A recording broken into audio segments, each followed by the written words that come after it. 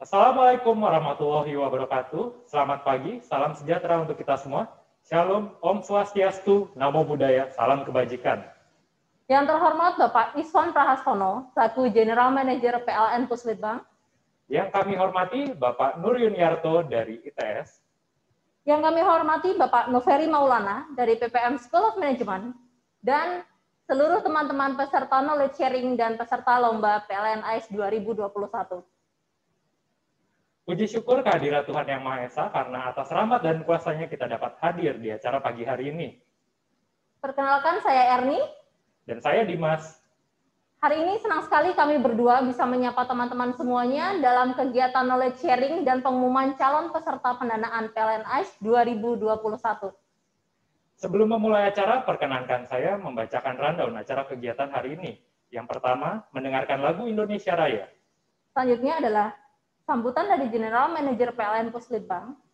Knowledge sharing sesi 1 yang akan dibawakan oleh Bapak Nur Yuniarto mengenai Electric Vehicle 101. Knowledge sharing sesi 2 yang akan disampaikan oleh Bapak Noveri Maulana dari PPM School of Management terkait dengan From Innovation to Monetization. Dan yang terakhir, pengumuman juara desain mobil dan nominator peserta pendanaan prototipe dan program bisnis. Baik, tanpa berlama-lama lagi, langsung saja kita mulai kegiatan pada hari ini dengan bersama-sama kita mendengarkan Indonesia Raya.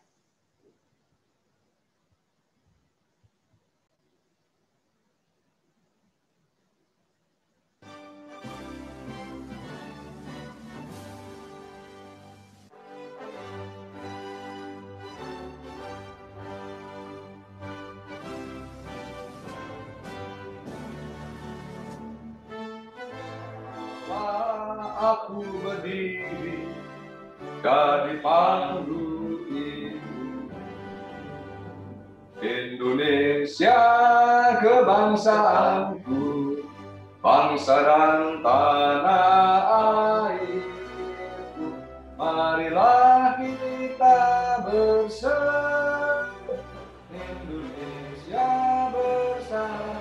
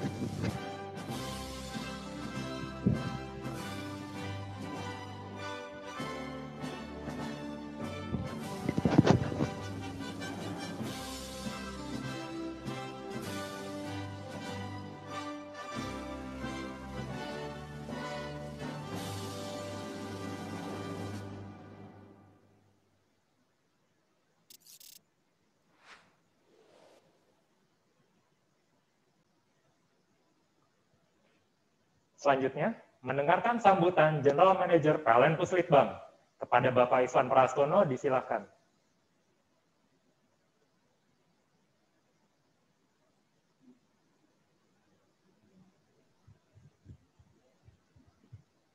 Baik, terima kasih. Bismillahirrahmanirrahim. Assalamualaikum warahmatullahi wabarakatuh. Selamat pagi, salam sejahtera, Namo Buddhaya, Om Swastiastu.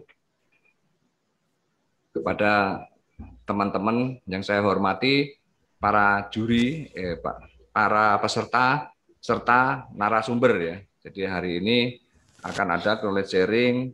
Saya ucapkan terima kasih kepada narasumber yang bersedia hadir. Kita tahu bahwa kegiatan PLN AIS ini sudah berjalan, gitu ya, dan sudah sampai pada tahap nominasi. Jadi proposal-proposal yang masuk sudah berjalan. Kepada adik-adik mahasiswa, para peserta, saya ucapkan terima kasih yang telah ikut berpartisipasi dalam acara ini. Kita tahu bahwa tidak semuanya bisa lolos, namun diharapkan ya kan memberikan hal-hal inovasi yang baru yang berguna bagi PLN. Nantinya akan kita berikan apresiasi kepada yang bisa masuk ke dalam nominasi, ada yang 10 besar ataupun yang 5 besar. Sedangkan nanti akan ditindaklanjuti oleh ya, yang lolos kepada sampai dengan pembuatan prototipe, dan itu nanti akan kita berikan juga apresiasi serta di samping ada pendanaan untuk pembuatan prototipe jika memang hasil dari asesmen kita memang layak. Bila tidak, jangan khawatir, apresiasi tetap dapat gitu. Mungkin tidak dilanjutkan menjadi prototipe gitu ya. Nah, kita tahu bahwa kegiatan PLNAS ini sudah dimulai tahun lalu dan sekarang ini memang konsepnya agak berbeda. Nantinya juga diharapkan hasil dari adik-adik semua itu merupakan suatu inovasi yang dapat dimonetisasi ya, terutama bagi PLN. Nah, sehingga tidak hanya sekedar dari hasil lomba. Jadi mungkin ya, kemarin juga para juri, saya termasuk bagian dari juri, menanyakan apakah ini hanya berhenti sampai di prototipe ataupun hanya desain, ya kan. Nah, kemarin itu adik-adik semua masih berpikir saya hanya membuat ini yang penting menang lomba. Selesai itu barangnya jadi besi tua atau disimpan di gudang karena banyak nih. Kemarin saya tanyakan, banyak hasil-hasilnya dari lomba-lomba sebelumnya. Makanya saya agak ini juga ya, wah ini hebat-hebat ya, cepat-cepat gitu ya. Tapi ternyata hanya hasil lomba yang sebelumnya, lomba di sana, dipakai di sini, sekarang dipakai di lomba di PLN. Gitu ya. Habis gitu selesai, barangnya nongkrong. Nah, padahal proposalnya sudah jelas. Itulah harusnya bahwa kita tahu lomba tersebut harus bisa dimanfaatkan masyarakat. Saya titip pesan, bila nanti apalagi berikutnya ada lomba, tolong dibaca tornya atau guidance-nya apa yang diharapkan dari lomba ini. Ya kan, memang akan ada, waduh Pak, saya dulu menang Pak. Lomba di universitas ini juara 1, kok di PLN nggak masuk? Nah, iya kan.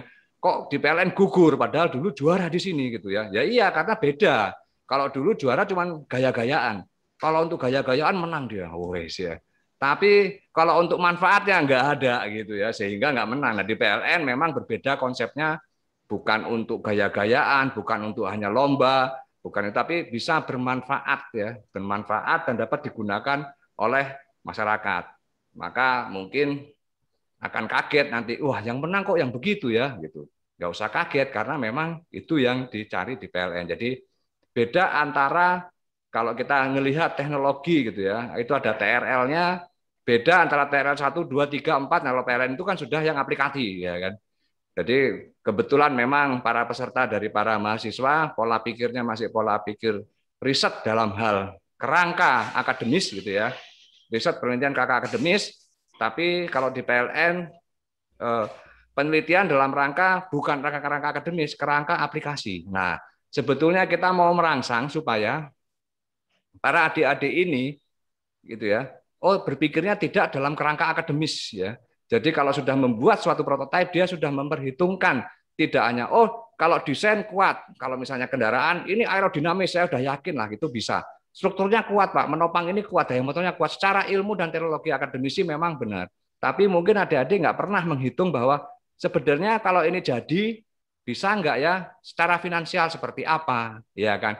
Efek sosiologis kepada masyarakat seperti apa? Makanya mungkin agak yang bingung begitu ditanya. Pernah nggak disurvei bahwa kendaraan ini nanti berguna? Pada bingung kan gitu. Buat apa kita menciptakan sesuatu yang kemudian tidak dipakai orang kan gitu ya. Nah, belajar dari situlah kita mencoba supaya merangsang para mahasiswa, para adik-adik semua berpikir ke arah situ kalau menciptakan sesuatu. Menciptakan sesuatu harus memberikan manfaat ya kalau kepada orang lain. Jadi dilihat dari nilai kemaslahatannya sebetulnya gitu. Ya kan? Nah, setelah itu bermanfaat, jadi bukan sekedar keuntungan ya. Orang menciptakan bermanfaat, dia nggak mengambil untung, itu sudah suatu hal yang luar biasa gitu ya. Yang didapat apa? Pahala gitu kan. Nah, ini diharapkan. Nah, jadi bukan saya ikut lomba, wah saya udah masuk nih 5 besar, dapat 5 juta selesai. Tahun depan ada lagi, tenang aja, kita ikut aja ini. Yang penting masuk nominasi 5 juta gitu kan, dapat hadiah. Nah, ini harus dirubah pola pikirnya bahwa tidak hanya seperti itu gitu ya. Nah, ini juga kami sampaikan kepada para para juri, makanya jurinya dari berbagai sumber ya. Pada saat adik-adik mengikuti lomba, kita tahu juri ada dari kementerian ya, dari lembaga riset, dari perguruan tinggi gitu ya. Kita memang coba memadukan, kemudian kita coba seperti apa yang diharapkan dari segi standar. Saya membuat ini ada standarnya, ya, gitu, macam-macam kan. Nah, untuk itulah maka diharapkan ini bisa memacu atau menimbulkan, karena kita tahu pemerintah kita saat ini sedang menggalak-galakkan, kalau adik-adik tahu ada TKDN ya, tingkat komponen dalam negeri. Sebetulnya cara kasarnya produk dalam negeri ya, bahkan ada istilah saya benci produk luar negeri kan gitu ya. Bencilah produk luar negeri gitu ya. Padahal sebetulnya tidak hanya itu gitu ya. Sehingga putus ya sebentar. Oh, sorry. Videonya off sendiri nih. Kelihatannya ada yang lewat ya, yang lewat kasat mata gitu. Sehingga tiba-tiba mati karena dia dia melihat ini ini GM-nya ngoceh melulu nih, gua nggak matiin aja mungkin ya, mudah-mudahan nggak jadi lupa sampai mana. Oh ya, produk dalam negeri. Nah, tujuannya apa? Tujuannya memang kita berusaha menggalakkan, mendorong program pemerintah bahwa kita harus meningkatkan produk dalam negeri. Dalam negeri dalam hal ini apa? Bukan hanya barangnya, tapi teknologinya. Sekedar informasi, di PLN sekarang ini bekerja sama dengan BPPT juga, kita sedang mengakses ya untuk peralatan-peralatan atau pabrikan-pabrikan yang barang-barang yang dibeli PLN diakses dari sisi teknologinya. Karena apa? Banyak produk-produk, ini Pak produk dalam negeri, tapi teknologinya ternyata enggak. Iya kan gitu ya. Jadi yang kalau teknologinya enggak, maka begitu teknologi berubah, kita nggak bisa memproduksi lagi. Jadi kita sudah menyasar ke arah dalamnya. Kalau dulu pemerintah masih yang penting produk dalam negeri. Teknologinya mau dari mana, yang penting pabriknya luar negeri. Engineer-nya orang luar, kan dulu sudah banyak tuh ya. Perusahaan-perusahaan asing di sini, ya kan, diakui sebagai produknya Indonesia. Padahal ininya contoh mobil. Mobil semua ada Toyota Astra, Daihatsu, Astra Motor. Semuanya apa? Nggak ada teknologi Indonesia itu kan gitu. Tapi produknya Indonesia, Kijang Innova. Kalau di Malaysia itu namanya Unser, kan gitu ya.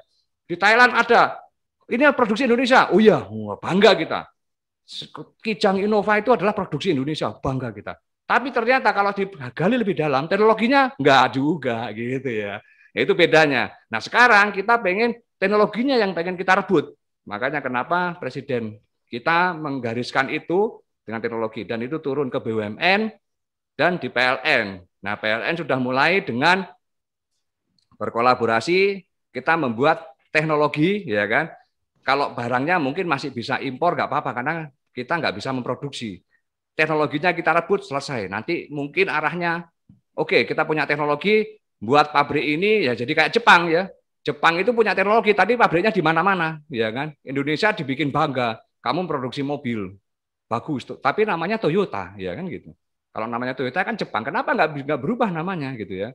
Gitu. Karena kalau berubah namanya berarti sebetulnya sudah bukan punyanya Toyota lah. Dia menjaga brandingnya tetap Toyota, berarti karena dia pegang teknologinya. Kenapa pabrik kita yang di Indonesia, yang Toyota itu tidak berani mengubah nama menjadi bukan Toyota begitu kan mungkin? Mengganti nama Indonesia nggak berani karena teknologinya nggak dia pegang, kalau dirubah dia tarik teknologinya nggak bisa apa-apa juga itu kan gitu. Nah sekarang kita berusaha ke arah situ gitu ya. Syukurnya kita mulai dengan green energy. Green energy, mobil listrik belum banyak. Nah, disinilah ya kita usahakan paling tidak dalam 5 tahun ke depan kita sudah merebut teknologi di bidang kendaraan listrik. Intinya begitu. Sekarang masih sedikit. Ada Hyundai, ada Tesla. Oke, mulai bertebaran, nggak apa-apa, ya kan gitu. Tapi begitu kita ada, oke lah karena kita mobil masih berat gitu ya. Mungkin dari yang kecil-kecil, paling tidak ya sepeda itu ya jangan impor dari Cina kan gitu. Dalam negeri, syukurnya sudah ada ya, ada Celis gitu ya. Diperbanyak lagi, roda 3 makin banyak. Jangan VR gitu kan. Wah, kami punya Pak VR, produksi mana itu gitu kan.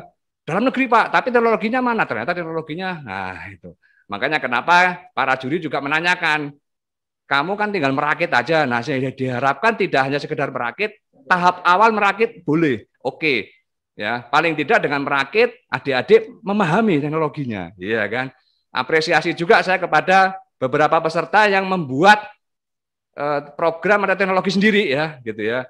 Misalnya IoT Pak, logonya IoT ini, nah itu saya apresiasi juga. Dan diharapkan walaupun misalnya nanti nggak juara pun semangat itu jangan dikendorkan.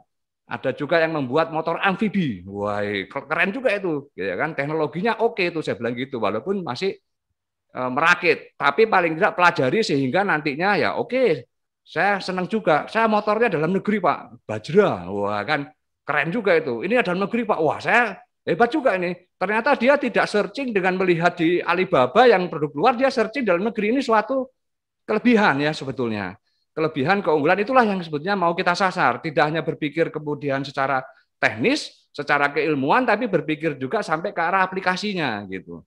Penggunaannya Pak ini untuk ini untuk ini, maka kenapa kita tanya kamu menciptakan ini gunanya apa gitu ya, paling tidak sudah mulai berpikir oh digunakan untuk ini, wah iya kan sebetulnya bagus tapi kok saya nggak menang Pak, ya karena kan PLN melihatnya lebih ke yang luas, digunakan untuk keadaan bencana mungkin setahun sekali, mungkin ada yang lebih bagus ternyata digunakan untuk keadaan lain atau digunakan untuk daerah rawa-rawa gitu ya. Nah ini kita lihat secara holistik, makanya saya memberikan tetap kita berikan apresiasi kepada yang sudah lolos karena itu memberikan kontribusi yang tidak sedikit ya, membuka wacana kita dan juga nanti kita akan share dalam knowledge sharing-nya PLN ya kan, seandainya suatu saat dibutuhkan di daerah tertentu mungkin akan kita hubungi bagaimana mewujudkan ini gitu, karena Indonesia itu beragam daerahnya beragam, untuk spesifik ini ada gitu ya. Jadi saya terima kasih kepada adik-adik, jangan kecewa yang sudah lolos sampai ke 5 besar ya, gitu ya. Walaupun nggak menang, jangan-jangan nggak menang, habis itu barangnya dibuang di rongsokan, nah, jangan gitu ya. Nggak menang Pak, kita simpan, kita tingkatkan gitu ya. Siapa tahu ada lomba yang lain kita ikutkan seperti itu. Mungkin itu yang dapat saya sampaikan. Saya ucapkan terima kasih kepada Bapak Nur Yuniarto sebagai narasumber knowledge sharing ini yang sangat bermanfaat dan juga oleh Bapak Noveri Maulana dalam acara ini. Mungkin itu sambutan dari saya. Mohon maaf saya kalau banyak cerita, karena memang harus saya sampaikan kepada para generasi muda, terutama menyampaikan pesan pemerintah melalui BUMN dan hal ini melalui PLN ya, sehingga paling tidak tahu gambarannya gitu ya, bahwa oh kalau PLN menyelenggarakan sesuatu itu nggak usah ragu-ragu, ikut aja. Apapun yang karena ikut, pasti apa? Pasti bagus, ya kan ya. Seperti ini kan, pasti ada yang gambling. Saya ikut, ternyata kalah. Oh, saya mobilnya bagus ya, menang di perguruan tinggi. Juara nasional ya, kalah di PLN, wah gitu kan. Kenapa? Wah karena PLN kriterianya beda. Dia standarnya standar kemasyarakatan, wah gitu. Kalau di perguruan tinggi standarnya standar keilmuan, nah ini berbeda gitu. Ya mudah-mudahan tidak ada yang kecewa. Tetap semangat kepada para adik-adik yang mengikuti ini, tingkatkan kemampuan karena pemerintah yakin akan menggalakkan produk dalam negeri. Terima kasih. Wabillahi taufik walhidayah. Wassalamualaikum warahmatullahi wabarakatuh. Salam sejahtera, namo buddhaya, Om Santi, Santi, Santi Om. Baik, terima kasih Bapak Iswan untuk sambutannya. Jadi seperti pesan Pak Iswan tadi kepada seluruh peserta, jangan khawatir dan jangan putus asa kalau misalnya nanti pengumumannya tidak sesuai dengan yang diharapkan ya, tetap semangat. Nah, yang pasti untuk menambah semangat teman-teman semua, kali ini kita akan menghadirkan knowledge sharing. Yang pertama, terkait dengan Electric Vehicle 101 yang akan disampaikan oleh Dr. Nur Yuniarto. Kepada Bapak Dr. Nur Yuniarto, kami persilahkan.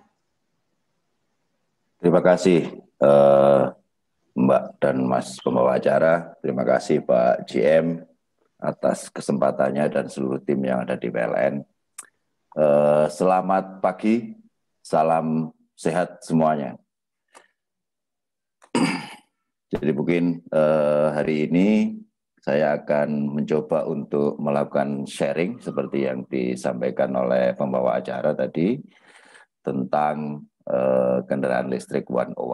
Jadi, tapi sebelumnya mungkin saya ucapkan selamat dulu, ini luar biasa semua adik-adik dari mahasiswa yang kemarin sempat berinteraksi, dan memang sesuai dengan yang dikatakan Pak GM, Pak Iswan tadi, kita melihat sedikit ada yang berbeda dari sisi kemanfaatan. Nah, ini mungkin akan saya sarikan dalam materi yang akan saya sampaikan.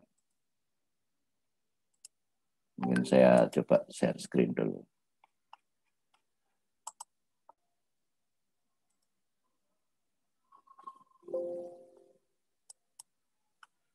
Sudah kelihatan, Pak Mas Panitia, apa yang saya tampilkan? Sudah terlihat, Pak.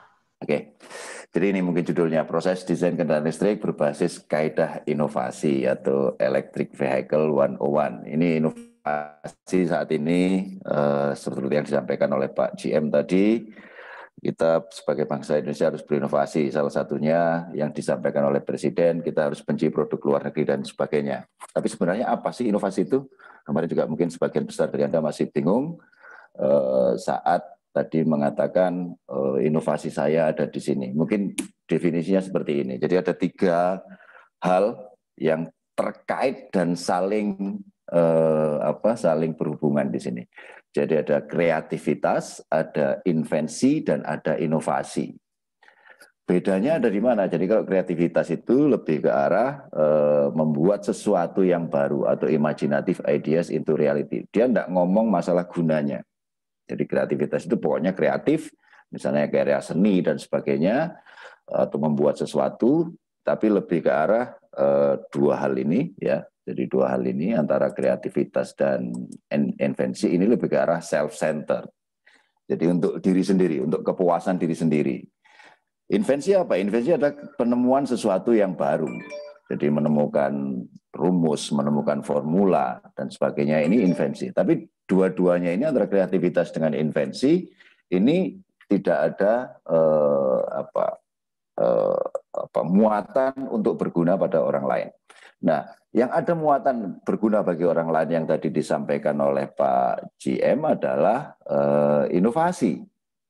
Jadi kalau inovasi kita lebih melihat ke arah apa yang akan saya lakukan berguna bagi orang lain atau tidak. Itu yang pertama. Jadi kalau dari sisi ini inovasi adalah turning a new concept into commercial success or widespread use. Jadi ada 2 parameter di sini. Ya, widespread use sama commercial success. Jadi harus bisa dipakai oleh banyak orang, dan yang kedua kalau di-generate bisnisnya itu bisa sukses. Atau kalau di sini saya bilang ini adalah other centered atau lebih berfokus pada bagaimana kita melayani orang lain. Jadi kalau kemarin pada saat penjurian mungkin kita tanyakan ini manfaatnya untuk orang lain apa dan sebagainya apa, karena kita ingin melihat ada muatan inovasinya di situ. Jadi inovasi bukan hanya invensi, bukan hanya kreativitas, tapi dia lebih ke arah bagaimana sesuatu yang kita buat ini bermanfaat bagi orang lain. Nah, ini yang harus kita jamin. Ya, jadi kalau saya terjemahkan tadi ada 2, widespread use sama commercial success. Ya, jadi ada syaratnya. Syarat untuk widespread use apa? Harus ada orang lain yang mau menggunakan hasil inovasi. Bisa berupa orang yang menggunakan, masyarakat, perusahaan, bangsa, atau mungkin malah dunia. Ini untuk yang widespread use. Kemudian yang komersial sukses. Komersial sukses harus ada yang mau membayar untuk menggunakan produk inovasi tadi. Nah, biasanya orang mau membayar kalau ada value yang kita tambahkan di situ. Makanya yang kemarin kita tanyakan adalah value-nya apa? Ini siapa yang nanti akan menggunakan, gitu kan? Nah, sebenarnya kalau dari sini muatan antara value dengan price kita lebih cenderung kepada value-nya. Karena itu yang mendorong nanti ada price-nya. Jadi value bisa kita konversi menjadi duit. Tetapi kalau tidak ada value-nya, tidak ada orang yang mau pakai, tidak bisa dijadikan duit. Ya kan? Sehingga apa? Yang paling utama adalah dalam inovasi itu adalah bagaimana kita memberikan meaning atau value, bukan membuat uang, bukan menjerit bisnis. Contohnya apa? Ini contoh beberapa perusahaan besar di dunia, ya kan? Yang awalnya semua ini tidak ingin mendapatkan uang. Jadi contohnya misalnya Apple. Filosofi dari Apple, Steve Jobs, itu adalah bagaimana komputer saat itu bisa diakses oleh semua orang di dunia. Ya, jadi Steve Jobs tidak berpikir bagaimana nanti bisnisnya, harganya berapa dan seterusnya. Tidak, dia hanya fokus bagaimana komputer yang saya develop ini ada manfaatnya bagi dunia. Karena saat itu komputer bentuknya besar dan hanya perusahaan-perusahaan besar yang bisa mengakses komputer. Dia melihat ada celah di situ. Ini kalau komputer bisa dipakai oleh seluruh orang di dunia, maka dunia ini akan tambah maju. Itu yang dilakukan oleh Steve Jobs dengan Apple-nya dan Steve Wozniak. Dia membuat integrasi antara hardware dengan software dalam bentuk wujud komputer yang saat ini kita kenal dengan Apple Computer. Dan berkali-kali Apple Computer menjadi salah satu perusahaan yang paling valuable di dunia. Most valuable company. Kemudian Microsoft, ini umurnya juga sama dengan Apple. Microsoft punya pendekatan yang berbeda, bisnis model yang berbeda. Microsoft lebih fokus, nanti kalau komputer itu ada semua di dunia, ya, berarti mereka perlu operating system. Maka saya akan membuat operating system yang murah yang bisa digunakan oleh seluruh orang di dunia. Jadilah Microsoft Windows. Ya, dan Microsoft Windows terbukti ini juga Bill Gates menjadi orang terkaya dan ini juga menjadi salah satu perusahaan terkaya di dunia. Begitu juga dengan Google, si Larry Page, ya kan? Dia saat itu ingin membuat search engine yang paling simpel yang ada di dunia sehingga orang tidak kebingungan mencari sesuatu di dunia maya, internet, ya harus sesuai dengan apa yang diharapkan. Itu konsep dari Google sehingga dia menjadi search engine yang paling mutakhir, paling maju teknologinya. Begitu juga dengan Tesla. Tesla ini tidak jualan mobil dia. Kalau nanti kita diskusi Tesla, ini banyak sekali yang konsep-konsep visi-visi dari Elon Musk yang luar biasa. Tapi sebenarnya dia tidak pengen jual mobil. Dia hanya pengen dunia ini lebih bersih. Dengan cara apa? Dengan cara nanti menggunakan energi baru dan terbarukan. Tidak lagi menggunakan non-renewable energy.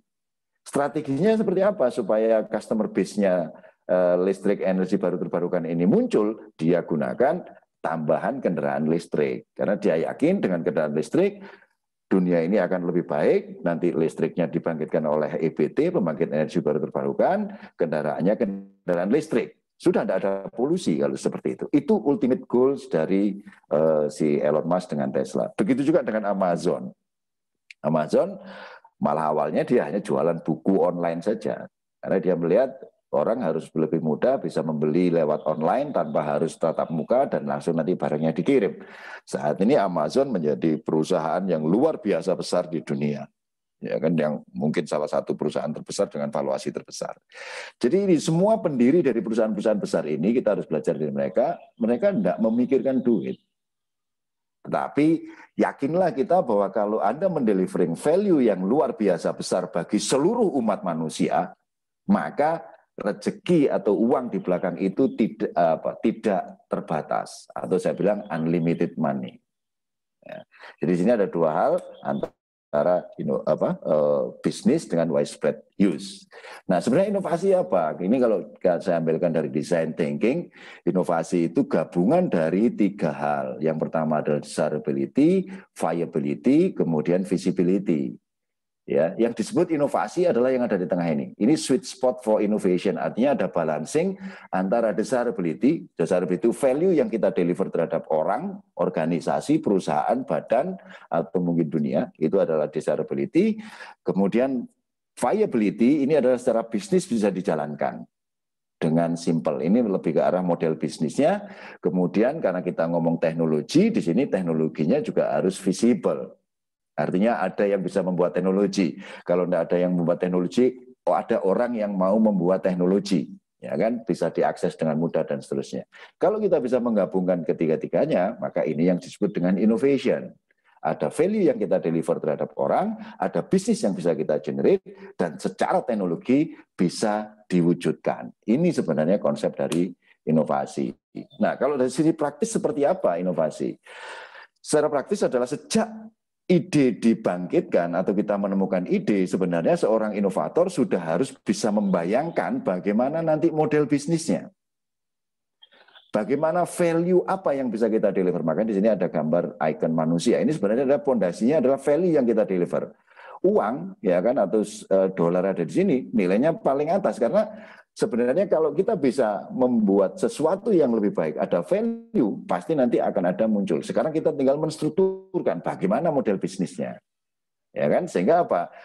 Penjembatanan antara atau jembatan antara idea generation dengan business execution ada di bisnis model. Atau kalau di dunia startup, kita kenal dengan bisnis model canvas. Pada saat awal menemukan ide inovasi atau ingin membuat sebuah sesuatu yang inovatif, seorang inovator sudah harus memikirkan ini semua. Ya.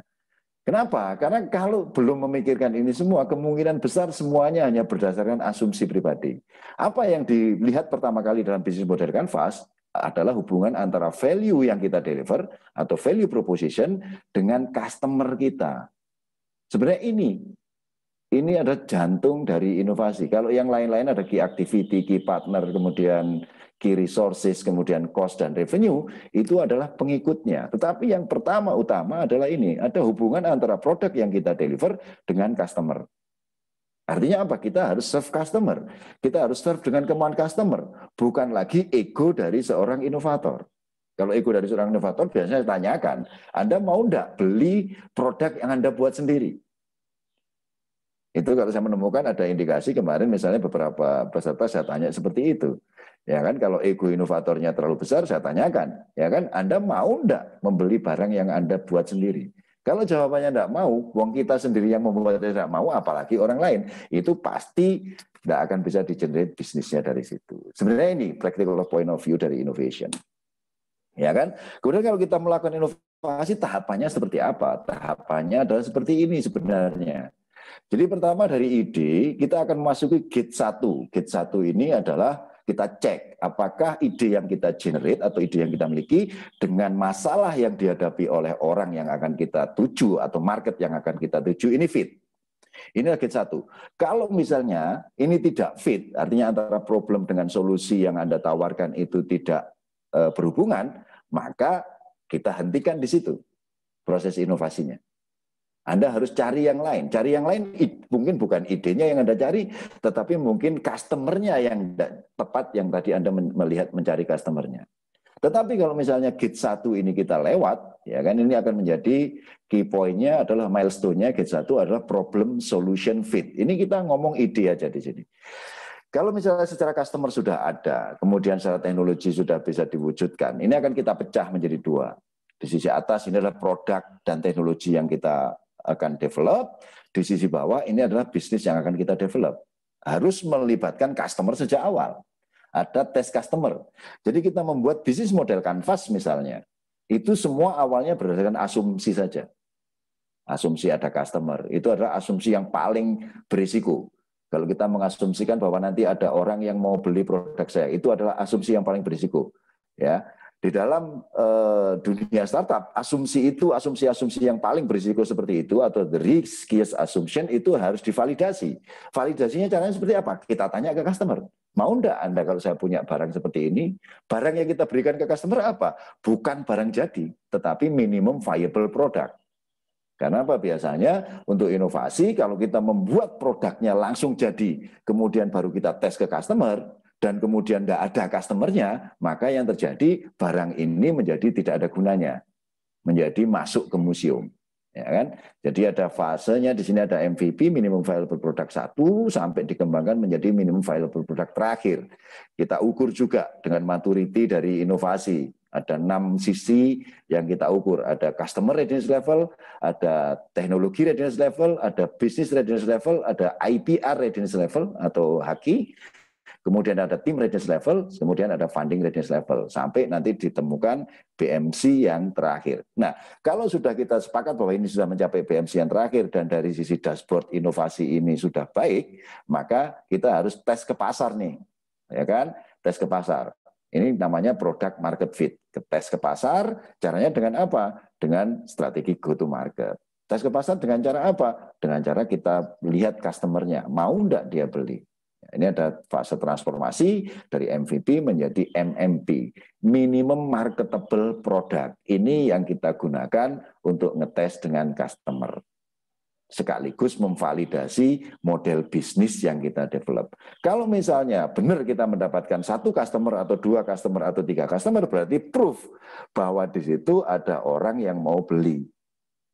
Ya kan, ditambah lagi dengan ditanyakan misalnya Anda mau beli dengan harga yang sudah kita set. Di strategi go to market ini ada price setting, ada market research, macam-macam kita lakukan di sini. Ya, kemudian kalau ini adalah di gate ketiga. Kalau misalnya sudah proven semua, tervalidasi semua, baru kita berpikir masalah sales and marketing. Ini pada tahap awal kita lebih fokus bagaimana bisnisnya bisa kita tumbuhkan. Ya, ini saya berikan inovatif accounting. Jadi kita tidak melihat bisnis dengan inovasi di awal dengan mengukur dengan ukuran metrik atau korporasi yang sudah established. Contohnya katakanlah ditanya IRR-nya berapa. Saat awal berbisnis yang kita tahu ya tadi minimal ada satu customer, kita tidak akan tahu persis IRR-nya ada berapa. Internal rate of return, NPV-nya ada berapa? Enggak. Tapi lebih ke arah kita menggunakan inovatif accounting dengan cara apa? Kita memelihara customer kita. Kita menumbuhkan customer kita.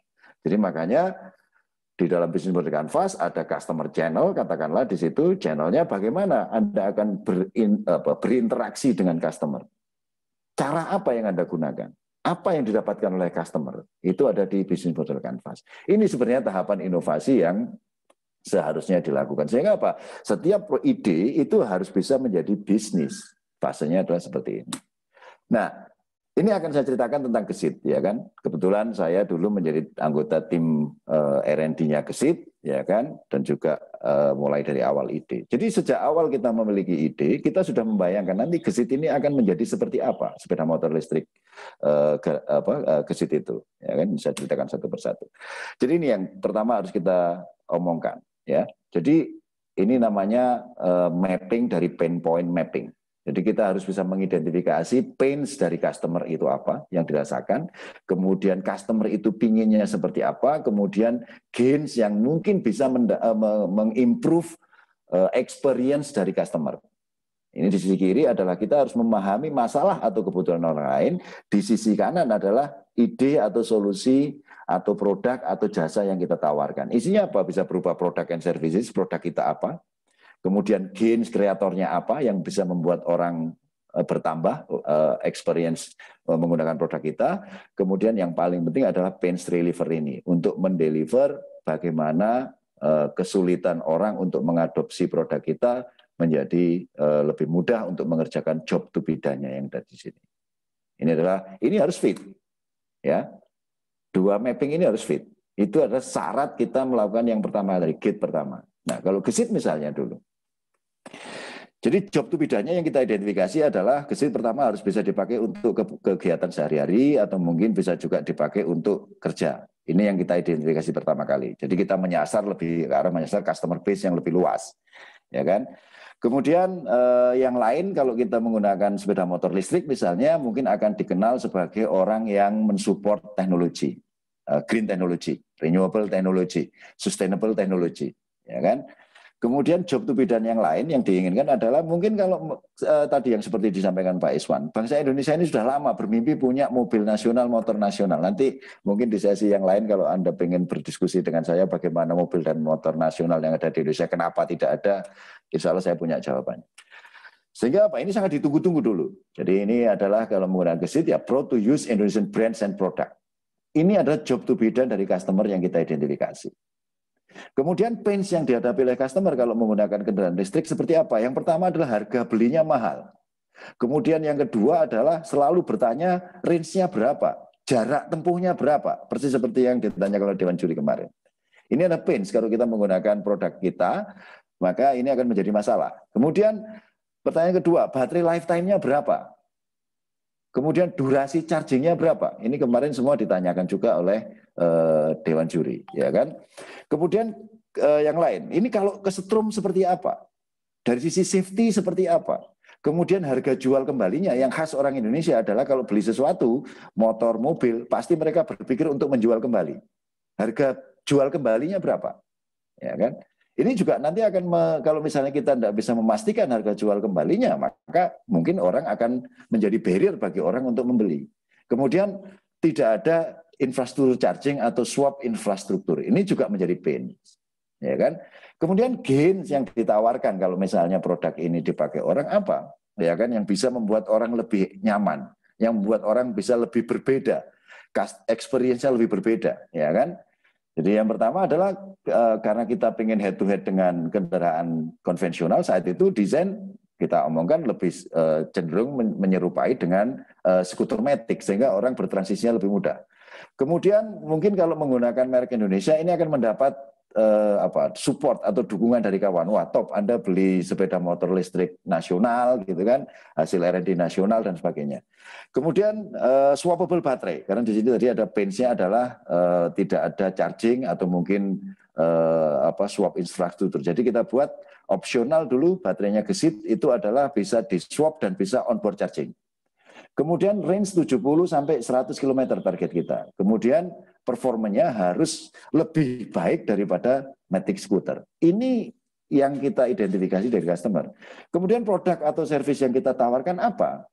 Ya kan? Yang pertama adalah dari sisi baterai misalnya. Jadi kita ngomong electric motorcycle di sini, ya kan? Yang bisa di-upgrade macam-macam dan sebagainya. Ini produk yang kita tawarkan. Baterai kita garansi 2 tahun. Kemudian elektrik motor sama motor kontrolnya kita juga garansi. Makanya langkah selanjutnya dulu adalah kita meriset sendiri ini. Baterai ini, elektrik motor, controller, dan sebagainya kita buat sendiri semuanya. Karena kita ingin memastikan, karena kalau kita beli dari luar, kemudian kita menggaransi, itu ada tanda tanya besar di situ. Sehingga apa? Kita harus tahu persis teknologi yang kita gunakan seperti apa. Itu yang mendasari kita melakukan research. Kemudian highest standard of 3S, ini juga perlu. 3S itu adalah sales, kemudian spare part, sama satunya lagi support. Ya. Jadi di sini kita gunakan high standard of 3S nanti di sisi bisnisnya. Ini product and service-nya. Kemudian gain creators-nya apa? Ya, ini yang kita hubungkan dengan gains. Akselerasinya harus jauh lebih baik daripada kendaraan listrik konvensional. Jadi kalau Anda nanti sempat mencoba gesit misalnya, akselerasinya, feeling-nya, ya kan, itu seperti naik kendaraan sepeda motor 250 cc untuk akselerasi. Kemudian use the safest component. Jadi komponen yang kita gunakan yang paling aman, ya kan, makanya kita desain sendiri motornya, kita desain dengan IP68, kontrolnya kita desain dengan IP68 dan sebagainya. Kemudian kita gunakan 100 volt baterai, karena apa? Dengan baterai tegangan yang tinggi, maka arusnya bisa lebih rendah. Memang di situ nanti butuh safety precaution yang lain, tapi minimal dengan arus yang lebih rendah, nanti komponen seperti kabel, wiring, dan seterusnya bisa lebih kecil. Kemudian kita gunakan juga GPS and IoT enable. Jadi dikasih dulu yang versi prototype kita, ada IoT-nya, malah bisa digunakan untuk digital marketing. Kemudian waterproof on high voltage component, super easy to operate, charge like smartphone, ya kan. Kemudian dynamic and aggressive design and styling. Kemudian pain reliever yang kita tawarkan apa dulu? Ini gesit ini bisa dicas dimanapun. Jadi dulu di versi prototype kita, kontrolernya itu bisa kita program, ya. Chargernya bisa kita program. Mau berapa watt yang kita masukkan.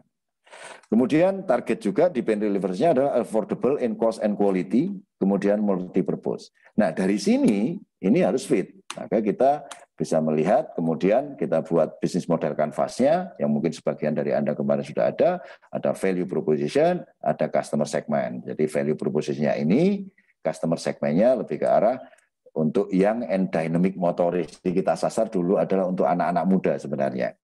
Kemudian yang kedua, kalau anak-anak muda tidak mau pakai, misalnya ada 2 environmental conscious people, jadi orang-orang yang sadar terhadap bahayanya atau kebersihan lingkungan atau green energy dan sebagainya.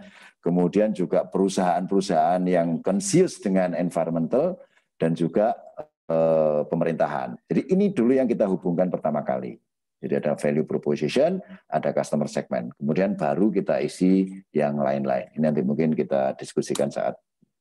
Nah, kemudian kita menentukan, misalnya kenapa kita masuk ke skuter matic elektrik. Kita lihat pasarnya, ini data dari tahun 2013, data dari IC. Total penjualan sepeda motor saat itu adalah 7 juta, ya kan, per tahun ini. Kemudian kalau kita lihat brandnya, yang paling besar adalah Honda, 61, Yamaha 32%. Merek Indonesia tidak ada ini, tidak ada. Honda ini Jepang kalau nggak salah, Yamaha. Kalau Indonesia mestinya namanya Sutoyo, gitu Indonesia, ya kan. Tapi ini Honda pasti Jepang, Yamaha pasti Jepang, Suzuki pasti Jepang, Kawasaki pasti Jepang, TVS ini dari India. Ya, ini sekitar 0,0 berapa persen lah. Tapi ini mendominasi. Merek Indonesia tidak ada. Ini tambah semangat kita dulu berarti. Berarti merek Indonesia belum ada. Kemudian kita lihat dari total penjualan ini sebenarnya tipenya apa? Kalau dulu zaman saya kecil yang paling populer adalah sepeda motor bebek.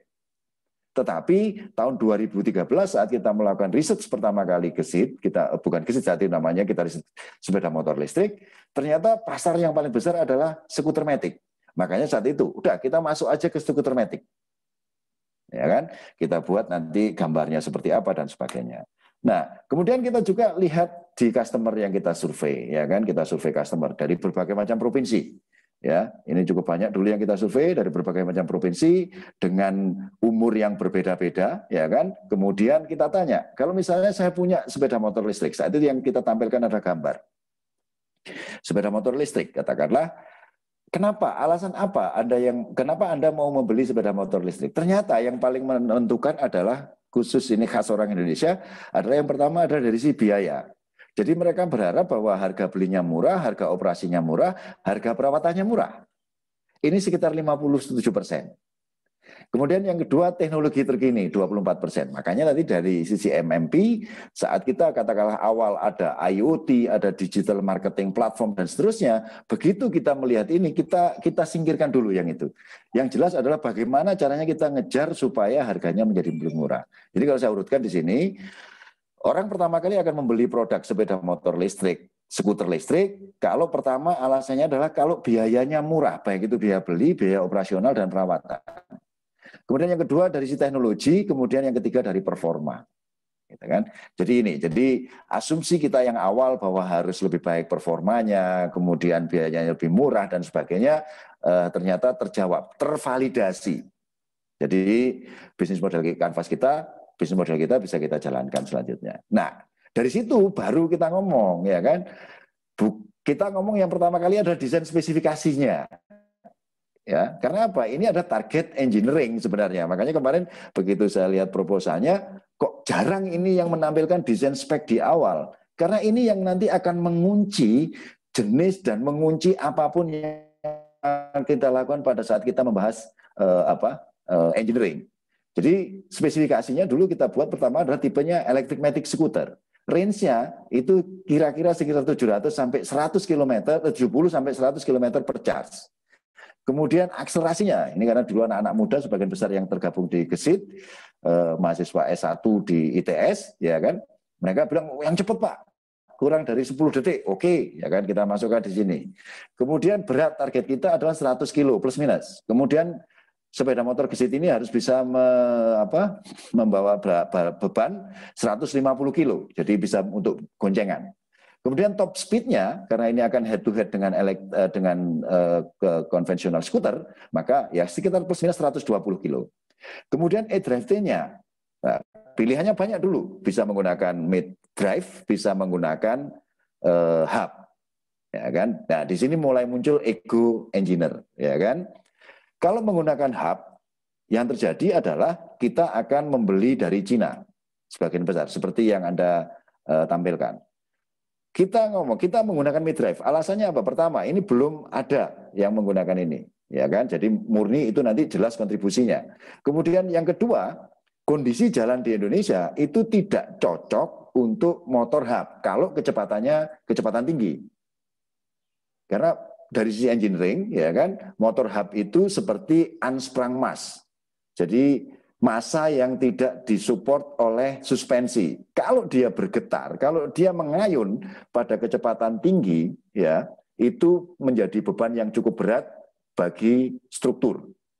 Makanya nanti kita lihat di strukturnya juga, ya kan, dan juga, ya kan, tidak nyaman. Ya kan, makanya kemarin saat penjurian saya katakan kalau menggunakan mid drive hub motor kemudian ngomong lari 70 km per jam itu tinggal cepet-cepetan. Mana yang patah? Punggung orang yang mengendarai atau sasis yang ada desain.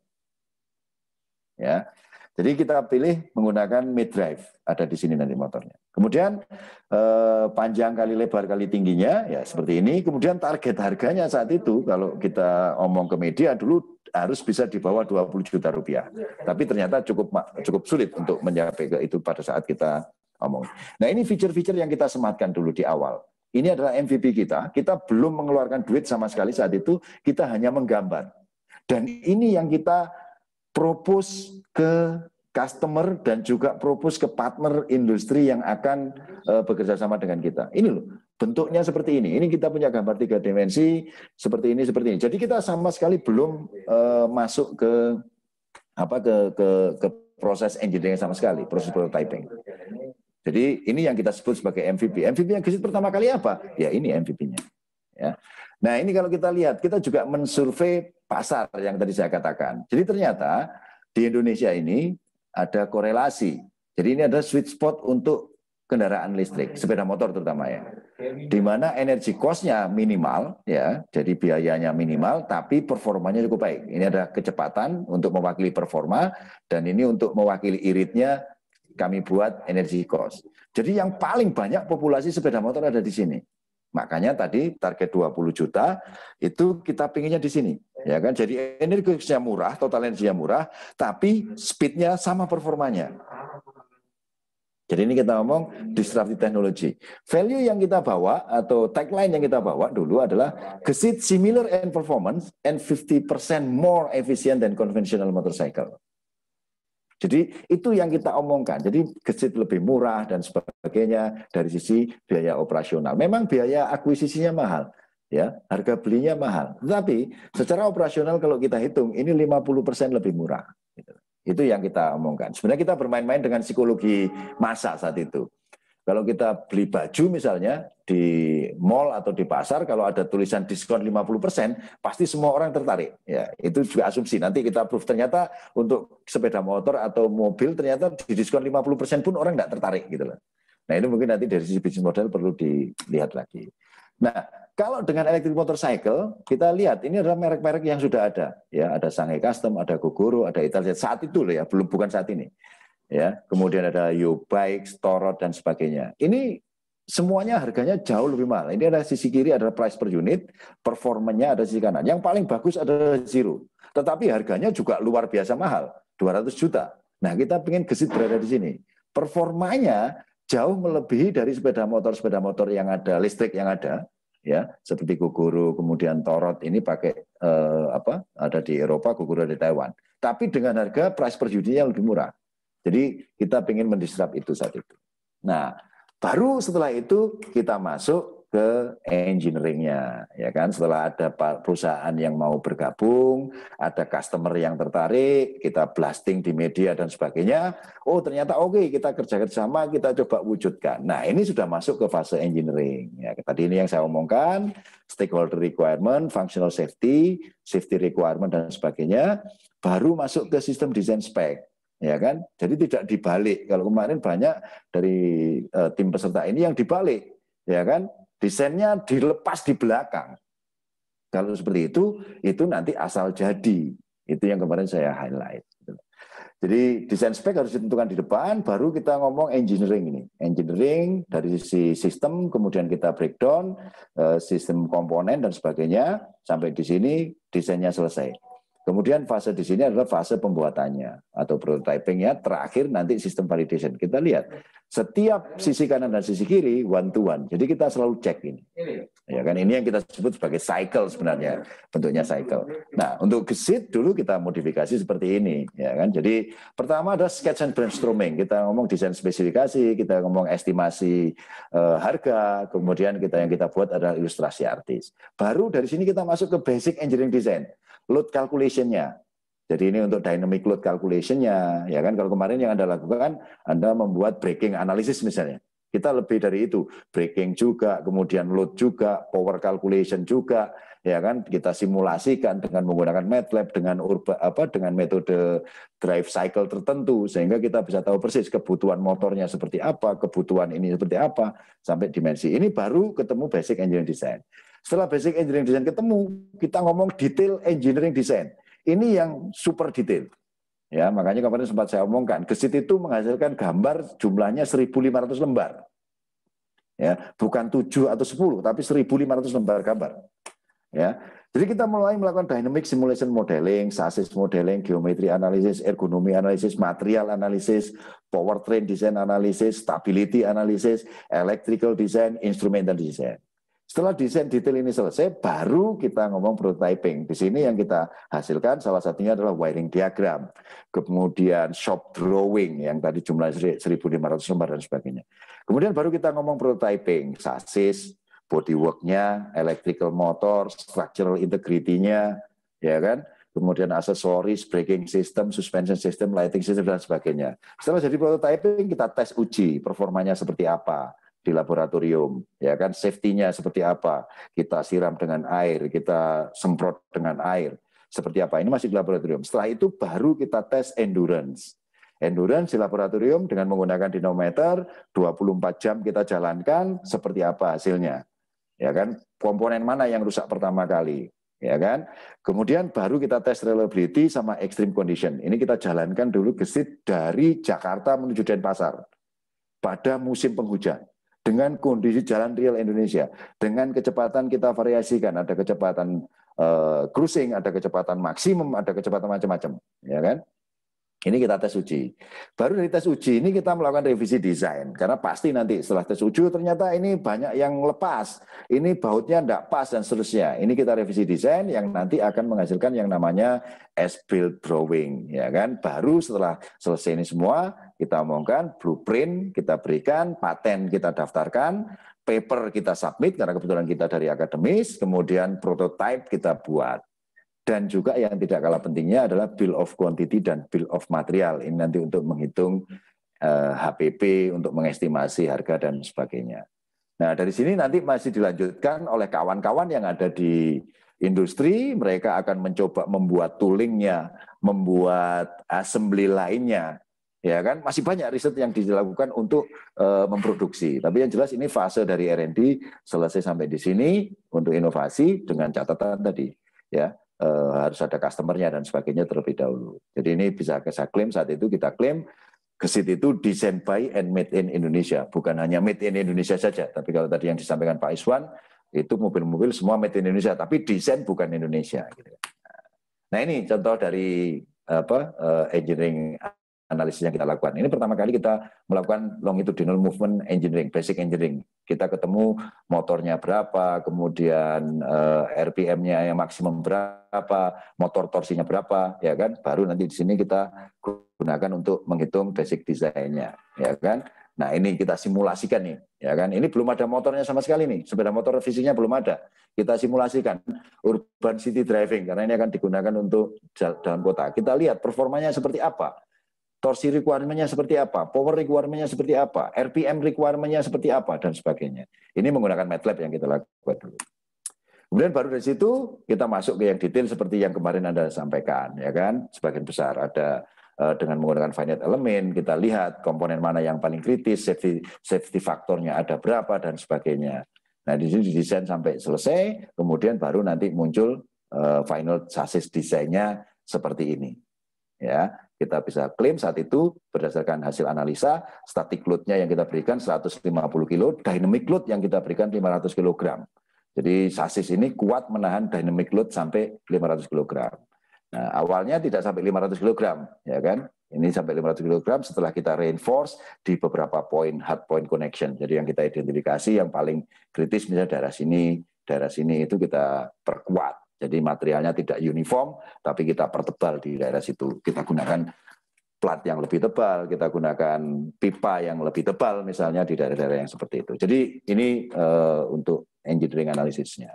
Nah, di sisi motornya karena motor kita buat sendiri, kita juga melakukan proses desain motor, ya kan, untuk prototyping dan sebagainya. Jadi requirement-nya dari spek tadi adalah gear ratio 1:5, motornya 3 kW, RPM-nya 4000, motor torsi 26 Nm. Nah, ini kita coba, ini kita masukkan sebagai basic engineering design untuk motor listriknya, 5 kW kita buat, ya kan. Kemudian motor RPM-nya 6000, torsinya 26 Nm. Nah, ini kita masukkan dengan menggunakan software yang kita miliki dan kemampuan engineering kita sampai ketemu nanti jumlah lilitannya berapa. Kemudian lilitan kumparannya itu kawat yang kita gunakan diameternya berapa, power yang bisa di-generate berapa, kemudian frekuensi nanti untuk kontrolnya main di frekuensi berapa, kemudian jumlah pole berapa, jumlah slot berapa, dimensi motornya seperti apa, semua kita desain sendiri, ya kan? Kita gunakan finite element analysis. Kemudian magnet yang dibutuhkan berapa, bentuknya seperti apa magnetnya, ini yang kita gunakan. Kemudian untuk controller dan BMS dan IVC yang kita gunakan prosesnya seperti ini. Selalu kita dasarnya ada desain spesifikasi, kemudian kita buat simulasinya di MATLAB dan Simulink atau mungkin software-software yang lain. Kemudian setelah itu kita wujudkan di dalam prototype development tools. Kalau kita menggunakan mikronya adalah STM32, berarti kita menggunakan IDE STM32 developer. Kemudian ada Qt untuk interface-nya, kita gunakan Qt ya. Baru dari sini nanti akan ketemu firmware, ketemu macam-macam software interface dan sebagainya. Hardware-nya kita buat dengan Eagle dan SolidWorks. Baru terakhir nanti kita mendapatkan ini semua untuk motor dan controller. Nah, ini cuma gambar. Pak Nur, waktunya 5 menit lagi ya, Pak. Oke, jadi khusus untuk baterai ini ya, khusus untuk baterai ya. Jadi yang kemarin mungkin banyak yang tidak paham atau belum paham. Jadi baterai juga sama. Tadi dari motor sama controller kita akan ketemu baterai requirement-nya. Ampernya yang kita butuhkan berapa? Nah, ampere kita lihat dari apa? Dari C, dari kemampuan discharge baterai. Jadi setiap baterai, jenis baterai memiliki kemampuan discharge dan kemampuan charging. Ya, jadi tidak ngawur kita, tidak boleh ngawur. Jadi misalnya ini lithium cobalt oxide ini discharge rate-nya ya 1C, charge rate-nya bisa 1C, ya kan? Kemudian macam-macam ini, ya kan? Kalau kita lihat ya ini kita nanti untuk menentukan sizing baterainya dasarnya adalah kebutuhan power dari motor, ya kan? Kemudian kita hubungkan dengan kemampuan discharge dan charge rate dari baterai. Karena apa? Yang paling kritikal dari baterai itu adalah temperatur. Baterai lithium base yang biasa digunakan di kendaraan listrik itu dijaga temperaturnya harus di bawah 60 derajat. Di atas 60 derajat, baterai ini mengalami kerusakan struktur chemical yang ada di dalamnya.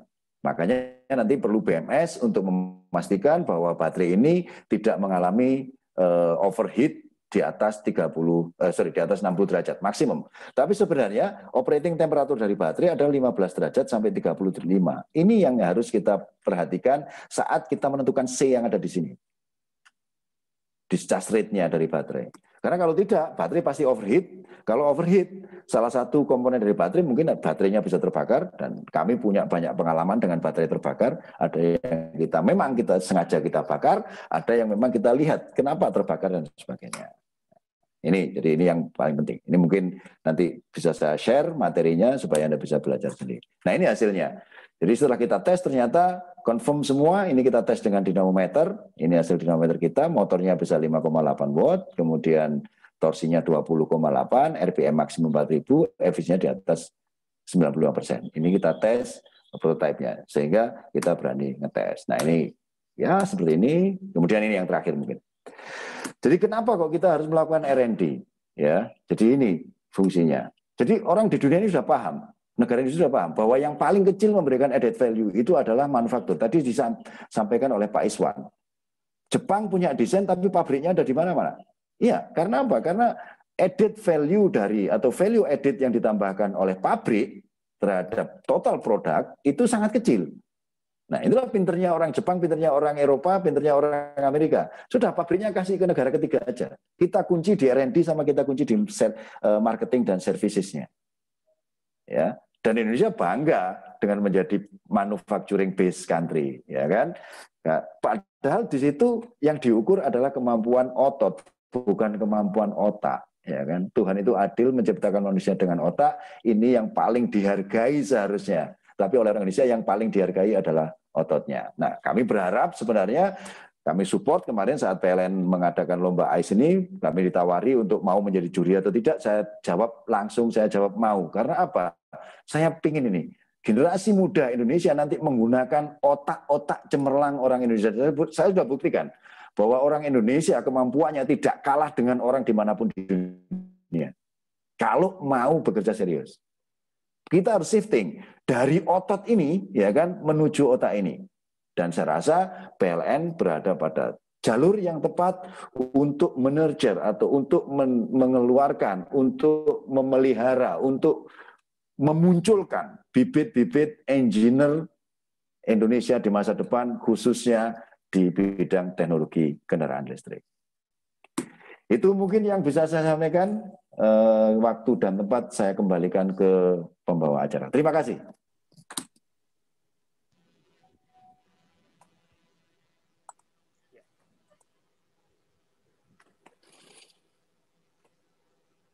Terima kasih pemaparannya Bapak Nur Yuniarto. Menarik sekali loh materinya. Dan detail banget ya, sampai semuanya di-share semuanya ke kita. Betul sekali. Kak Erni ini udah pernah naik kendaraan listrik belum sebelumnya?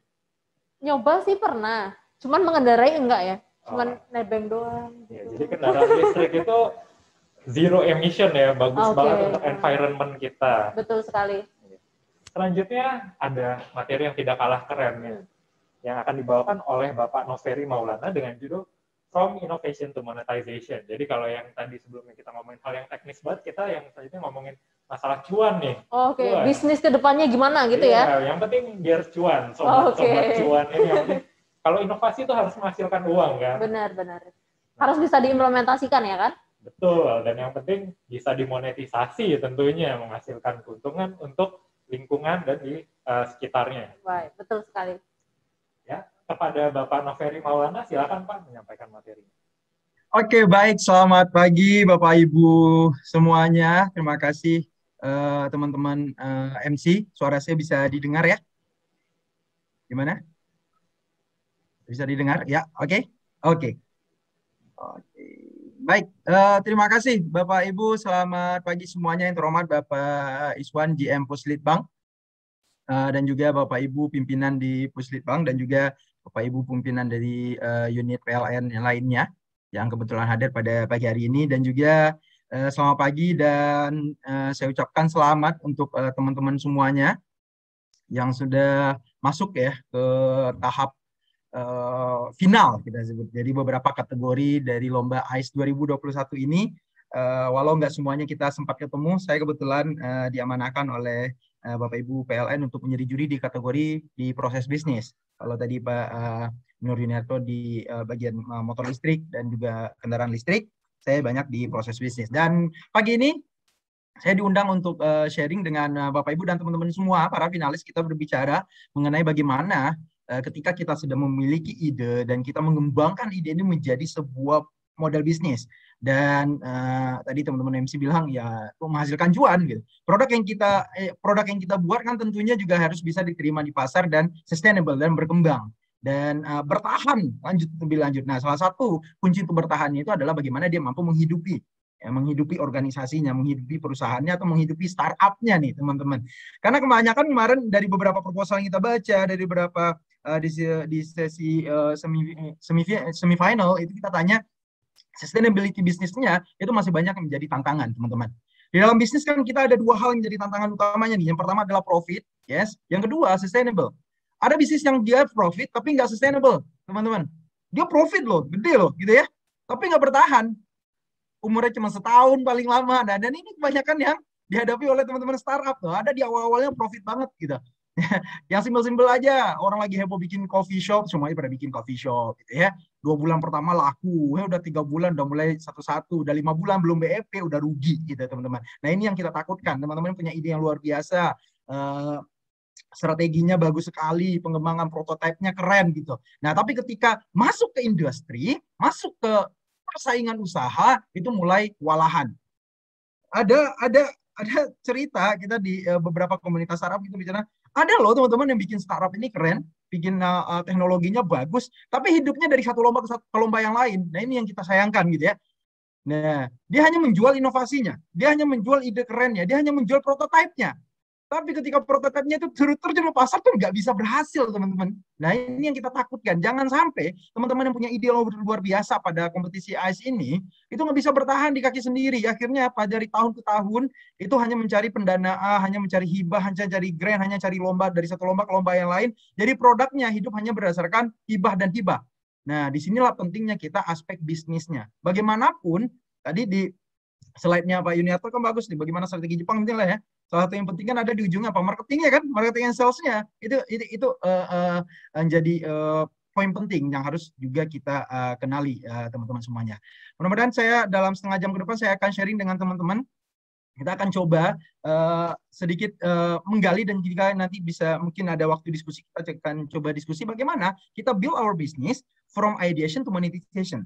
Ini istilah yang sering banget keluar di teman-teman startup ya. Oh, kamu udah sampai level mana? Lu udah sampai mana sih ideation? Masih tahap ini, produk marketnya udah keren atau belum? Nah, ini coba yang kita gali lebih dalam lagi selama 30 menit ini, teman-teman. Saya sehari-hari sebagai konsultan dan juga coach bisnis di PPM Management, yang juga sering diundang di teman-teman PLN, terutama untuk pelatihan di Executive Education, calon-calon manajer dan kepala unit di PLN. Dan juga saya memegang beberapa pelatihan-pelatihan untuk bisnis modal Canvas yang banyak juga digunakan oleh corporate loh teman-teman, nggak hanya dunia startup yang menggunakan bisnis modal Canvas ini. Kita akan coba kita bahas. Nah, pertama yang perlu kita garis bawahi teman-teman adalah ketika kita punya ide bisnis yang luar biasa, ide produk yang mau kita kembangkan menjadi bisnis, harus kita ingat bahwa tanpa mengurangi rasa optimisme teman-teman semuanya adalah best idea is not just enough. Ide bagus saja itu belum cukup ya. Kenapa? Karena seringkali kita punya ide yang bagus itu masih kita berada pada tataran wacana. Padahal bisnis itu gak hanya sekedar wacana, tapi harus punya rencana. Ya.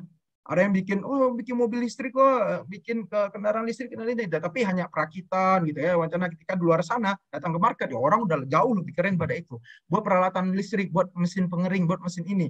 Ketika ditanya siapa yang akan menggunakan, ya semua orang yang butuh pengeringan Pak, itu perlu alat saya. Nah, nggak fokus mau ditujukan ke siapa, pengeringan bahan baku, pengeringan biji, bibit gitu, pengeringan yang seperti apa. Nah, ini yang perlu teman-teman. Jadi punya ide saja belum cukup nih. Kenapa? Karena ide itu baru tataran wacana nih, baru tataran normatif kita di dalam pikiran kita. Tapi harus kita turunkan menjadi rencana. Bedanya apa? Rencana itu harus terukur. Ada metriknya, ada indikatornya membuat rencana teman-teman. Ada timeline-nya. Ini yang kita tekankan teman-teman dari teman-teman yang di kategori proses. Timeline itu bagaimana? Karena rencana itu harus terukur. Dan ini jadi penekanan buat teman-teman. Best idea is not just enough, teman-teman. Jadi jangan cepat berpuas hati kalau teman-teman bilang ini desain kendaraan saya udah keren banget, ini desain peralatan listrik saya udah kuat banget deh. Tadi Pak JM juga sudah menyinggung kan, wah ini endurance-nya bagus, ini alatnya oke, ini bahannya keren banget tapi harganya mahal. Siapa yang mau beli? Padahal di luar sana ada alternatif yang jauh lebih murah. Competitive advantage-nya enggak lah ya. Orang marketing itu akan pusing tuh mau jualannya kayak gimana produk yang Anda bangun seperti itu, teman-teman. Jadi harus dipikirkan juga. Jadi bagaimana kita mengubah dari wacana menjadi rencana. Ya. Nah, banyak juga ada beberapa proposal saya lihat yang masuk, teman-teman. Ini masih baru tataran idenya ya, belum pernah bikin prototipenya, belum pernah bikin kegiatan mungkin di kendaraan listrik sudah sampai ke desainnya yang bagus atau bahkan udah ada yang membuat prototipe. Tapi kalau yang di proses bisnis banyak yang baru idenya nih. Ya. Nah, setelah idenya ada, bagaimana ke depannya? Bagaimana kita membuat wacana tersebut? Nah, inilah yang kita ringkas. Setidaknya dalam waktu beberapa menit ini, teman-teman, kita coba ringkas. Dari ide ini menjadi monetization itu bagaimana sih tangganya yang harus kita naiki? Bagaimana sih prosesnya harus kita lalui? Apa aja yang harus kita lakukan? Jangan kita pusing di luar sana tidak mengetahui, oh ini harus ini dilakukan, itu harus itu dilakukan. Nah, coba kita lihat ya, apa toolsnya? Tapi juga harus jadi tenang teman-teman. Kebanyakan tools di dalam analisis itu nggak jadi-jadi juga tuh idenya nanti. Ya. Karena ada banyak tuh teman-teman, kemarin saya lihat di proposalnya toolsnya ini pakai ya. Semua tools yang lagi happening sekarang. Ngomongin orang design thinking, pakai. Ngomongin Scrum, pakai Pak, gitu ya. Ngomongin value proposition tadi Pak Yuniarto juga, pakai juga, gitu ya. Ketika ditanya, ini hubungannya gimana? Oh iya, konsepnya bagus. Akhirnya apa? Balik lagi, terjebak pada wacana. Lupa menurunkan pada rencana. Indikatornya apa? Metriknya apa? Benang merahnya gimana? Itu logika sederhana ketika kita membangun bisnis, teman-teman. Ya. Nah, apa yang kita lakukan di tahap ideation ini? Tadi kita singgung beberapa tools ya. Ada beberapa tools yang bisa kenali teman-teman. Ini banyak lagi tools di luar sana. Ingat kata kuncinya lah, ini adalah tools yang membantu kita melahirkan ide. Ini adalah tools yang membantu kita untuk melihat apakah ide ini layak atau tidak, teman-teman. Ya. Dari tahun-tahun dulu tuh ide luar biasa. Tadi Pak Yonatu menyinggung juga dari orang-orang Jepang tuh banyak tools-tools ini teman-teman banyak dilahirkan oleh orang-orang Jepang. Ya, ada lagi Kanban gitu ya. Ada lagi nanti kalau teman-teman lihat ada beberapa Toyota Problem Solution juga ada tuh banyak tools untuk ideation dan juga strategic. Kalau di ilmu manajemen itu kita lihat di ilmu strategic manajemen itu banyak tools-tools seperti itu. Bisa juga tahap ideation ini teman-teman menggunakan apa yang sederhana mind mapping. Bagaimana sih mind mapping dengan brainstorming? Kita punya temen nih 3 orang nih, kita mau bikin usaha yuk mau bikin usaha apa? Kayaknya petani ini butuh kita bantu ya, penyiraman pupuknya itu secara otomatis. Wah, gimana ya caranya ya? Ya, kita main mapping sebab akibat. Kalau istilah value proposition-nya apa, pain apa gain-nya, ya. Nah, kalau istilah problem solving apa, loops-nya, loop problem apa solution-nya. Gunakan tools, pilih tools-nya teman-teman, ya. Nah, tapi jangan terlalu sibuk dengan tools. Ini tadi saya ulangi lagi nih. Banyak teman-teman founder startup yang baru-baru, apalagi yang baru lulus karena idealismenya saking kerennya karena baru keluar dari dunia akademik ya. Ini mempelajari semua tools. Bahkan ada satu menti saya datang nih, pusing. Scrum belajar, design thinking belajar, Lean Startup belajar, BMC belajar, value proposition belajar, ini belajar. Gimana ya nyatuinnya ya Kak ya? Akhirnya bingung ya. Nah, tools ini teman-teman, ini tools pada tahap ideation. Bagaimana kita menguji apa ide kita benar apa enggak sih? Silakan belajar di design thinking dengan metodenya edit PT-nya itu. Nah, Scrum dengan sprint log, sprint menghasilkan MVP-nya yang bagus, yes. Ya, saya pernah hadir di pitch seorang sekelompok startup ya, dia menggunakan istilahnya yang luar biasa. Bacanya itu udah kayak nonton startup yang drakor startup itu ya, Han Ji Pyong dan lain-lain gitu ya. Lu bahasanya udah sekeren kayak gitu. Simpel aja ditanya, HPP berapa sih Mas? Menggunakan istilah yang sederhana ya, nggak gunain istilah COGS yang istilah yang aneh-aneh ya. HPP-nya berapa sih? Ngitung HPP pusing. Nggak ngerti gitu ya. Nah, ini hal-hal yang sederhana yang kita hilang dari maknanya teman-teman. Bagaimana kita membuat bisnis itu tetap logis. Jangan hanya membuat bisnisnya keren untuk dipresentasiin. Ya untuk lomba sih perlu kerennya juga ya. Tapi logisnya juga penting teman-teman. Ya, silakan toolsnya teman-teman pilih mau yang mana mau yang digunakan. Atau bahkan mau menyatukan. Riset-riset akademis itu banyak sekarang lagi heboh juga happeningnya. Gimana sih mengembangkan startup supaya lebih efektif nih? Coba kita gabungkan yuk toolsnya, ideation-nya. Design thinking-nya kita gabungkan dengan Scrum dengan Lean Startup-nya. Ya boleh, prosesnya itu oke boleh. Terutama yang menghasilkan aplikasi mungkin kenapa? Karena prosesnya cepat, MVP-nya cepat diperbaiki gitu kan ya. Tapi kalau kita menghasilkan barang, menghasilkan MVP-nya kan nggak cepat ya. Kalau bikin aplikasinya, bikin MVP mah cepat gitu ya. 2 hari mungkin nama teman-teman yang ahli bikin developernya keren tuh. Tapi kalau kita misalnya bikin mesin gitu, apalagi bikin motor listrik kan MVP-nya lama, bikin prototipe-nya lama prosesnya gitu. Nggak secepat ini. Proses Scrum itu nggak bisa cepat dilakukan ketika kita melakukan melahirkan produk-produk yang berbau alat-alat listrik seperti ini teman-teman. Jadi yang pertama ya, silakan gunakan tools. Prosesnya apa teman-teman? Ketika teman-teman akan kompetisi, Anda akan mengikuti pitching, Anda akan mengikuti bertemu dengan investor. Tools ini penting. Kenapa? Karena tools ini bahasa. Ya, bahasa yang sama dengan para investor, bahasa yang sama dengan para dewan juri, bahasa yang sama dengan komunitas-komunitas startup yang lain, teman-teman. Jangan sampai Anda punya ide datangnya dari mana? Ide datang Pak seperti siapa itu? Thomas Alva Edison ya, yang kejatuhan ketimpa apel dan apa gitu mungkin gitu ya. Nah, terus kita juga waktu itu saya jalan-jalan ke kampung terus saya melihat petani susah, muncullah ide saya. Wah, langsung saya mau bikin traktor listrik dan macam-macam. Nah, nggak ada alasan proses berpikirnya nggak ada, logika berpikirnya tidak bisa dibuktikan. Ini hati-hati teman-teman ya. Tools itu juga penting, tapi kebanyakan tools itu akan membuat Anda terjebak pada pikiran sendiri. Ya. Nah, setelah ideation kita udah melahirkan, kita udah menggunakan satu tools yang nggak kalah penting data teman-teman. Tools will be nothing without data. Minim data. Banyak yang presentasiin maksudnya minim data, nggak pernah disurvey. Tadi Pak di presentasi Pak Yunita juga bilang ini kan juga penting kita lihat ya. Pernah nggak sih produknya di lapangan jangan-jangan udah ada. Terus teman-teman klaim produk seperti ini belum ada di lapangan. Ketika dewan juri googling udah banyak gitu ya. Di e-commerce tuh udah berserakan produk-produk yang serupa gitu. Mau bikin smart farming, smart smart ini, smart itu gitu ya. Di luar sana udah banyak gitu. Nah, terus kan pertanyaan kita, apa bedanya Anda daripada yang lain? Maka butuh data, teman-teman. Apalagi teman-teman berasal dari perguruan tinggi, orang akademis itu harus kuat secara ilmiahnya, teman-teman ya. Harus didukung data, risetnya harus ada. Mau data primer, mau data sekunder, yang penting teman-teman mengklaim. Tahap proses melahirkan inovasi di tahap ideation ini, teman-teman harus punya dasar untuk mengklaim. Kenapa menggunakan bahan baku ini? Kenapa nggak bahan baku itu? Apa alasannya? Semua why dan how-nya itu harus bisa selalu terjawab, teman-teman. Kalau di orang-orang bisnis nanti di bagian akhir saya akan menyinggung feasibility studies-nya harus terjawab semuanya nih. Apa sih pertanyaan-pertanyaan di feasibility studies saya berikan nanti di slide terakhir. Orang-orang bisnis yang bilang feasibility studies bicara soal apa? Secara teknisnya aja, secara teknologinya banyak juga pertanyaannya. Secara bisnisnya apalagi, gitu ya. Nah, data apa nih? Ketika Anda sudah melakukan proses ideation tadi yang bagus, data-datanya udah keren, baik data sekunder gitu kan ya. Ketika saya tanya data market, teman-teman padahal bisa gunakan data sekunder loh. Big data di Google tuh kan banyak ya. Contohnya bisa apa? Dengan Google Trend aja coba cari. Apa sih Google Trend? Ya, apa sih trend keyword yang berkembang 2 tahun terakhir dengan kategori produk yang sama? Kita bisa klaim loh. Ya, kita klaim apa? Berarti marketnya akan seperti apa? Misalnya teman-teman yang megang motor listrik, coba lihat di Google Trend. Motor listrik, berapa banyak sih orang searching motor listrik? Berapa sih trennya? Itu riset loh teman-teman. Itu kan tapi itu hanya secondary gitu. Nggak perlu semuanya kita survei 5.000 orang atau 1.000 orang kita tanya bagaimana motor yang disuka. Tapi preliminary risetnya dengan big data yang kita gunakan Google Trend misalnya, kita udah dapat insight. Kita bisa menggunakan itu pada tahap melahirkan inovasi di proses ideation ini, teman-teman semuanya. Nah, barulah ketika kita udah yakin nih, udah punya prototype idea kita, udah punya prototype barangnya, atau MVP-nya kita sebut. Nah, baru teman-teman kita bilang deh, nah rencana ini ke depan akan seperti apa? Mau kita produksi? Ya, kalau udah produksi, mau kita monetasi seperti apa? Jangan sampai selesai produksi bingung, udah dapat dana, produksi satu barang, habis itu ngapain gitu kan ya?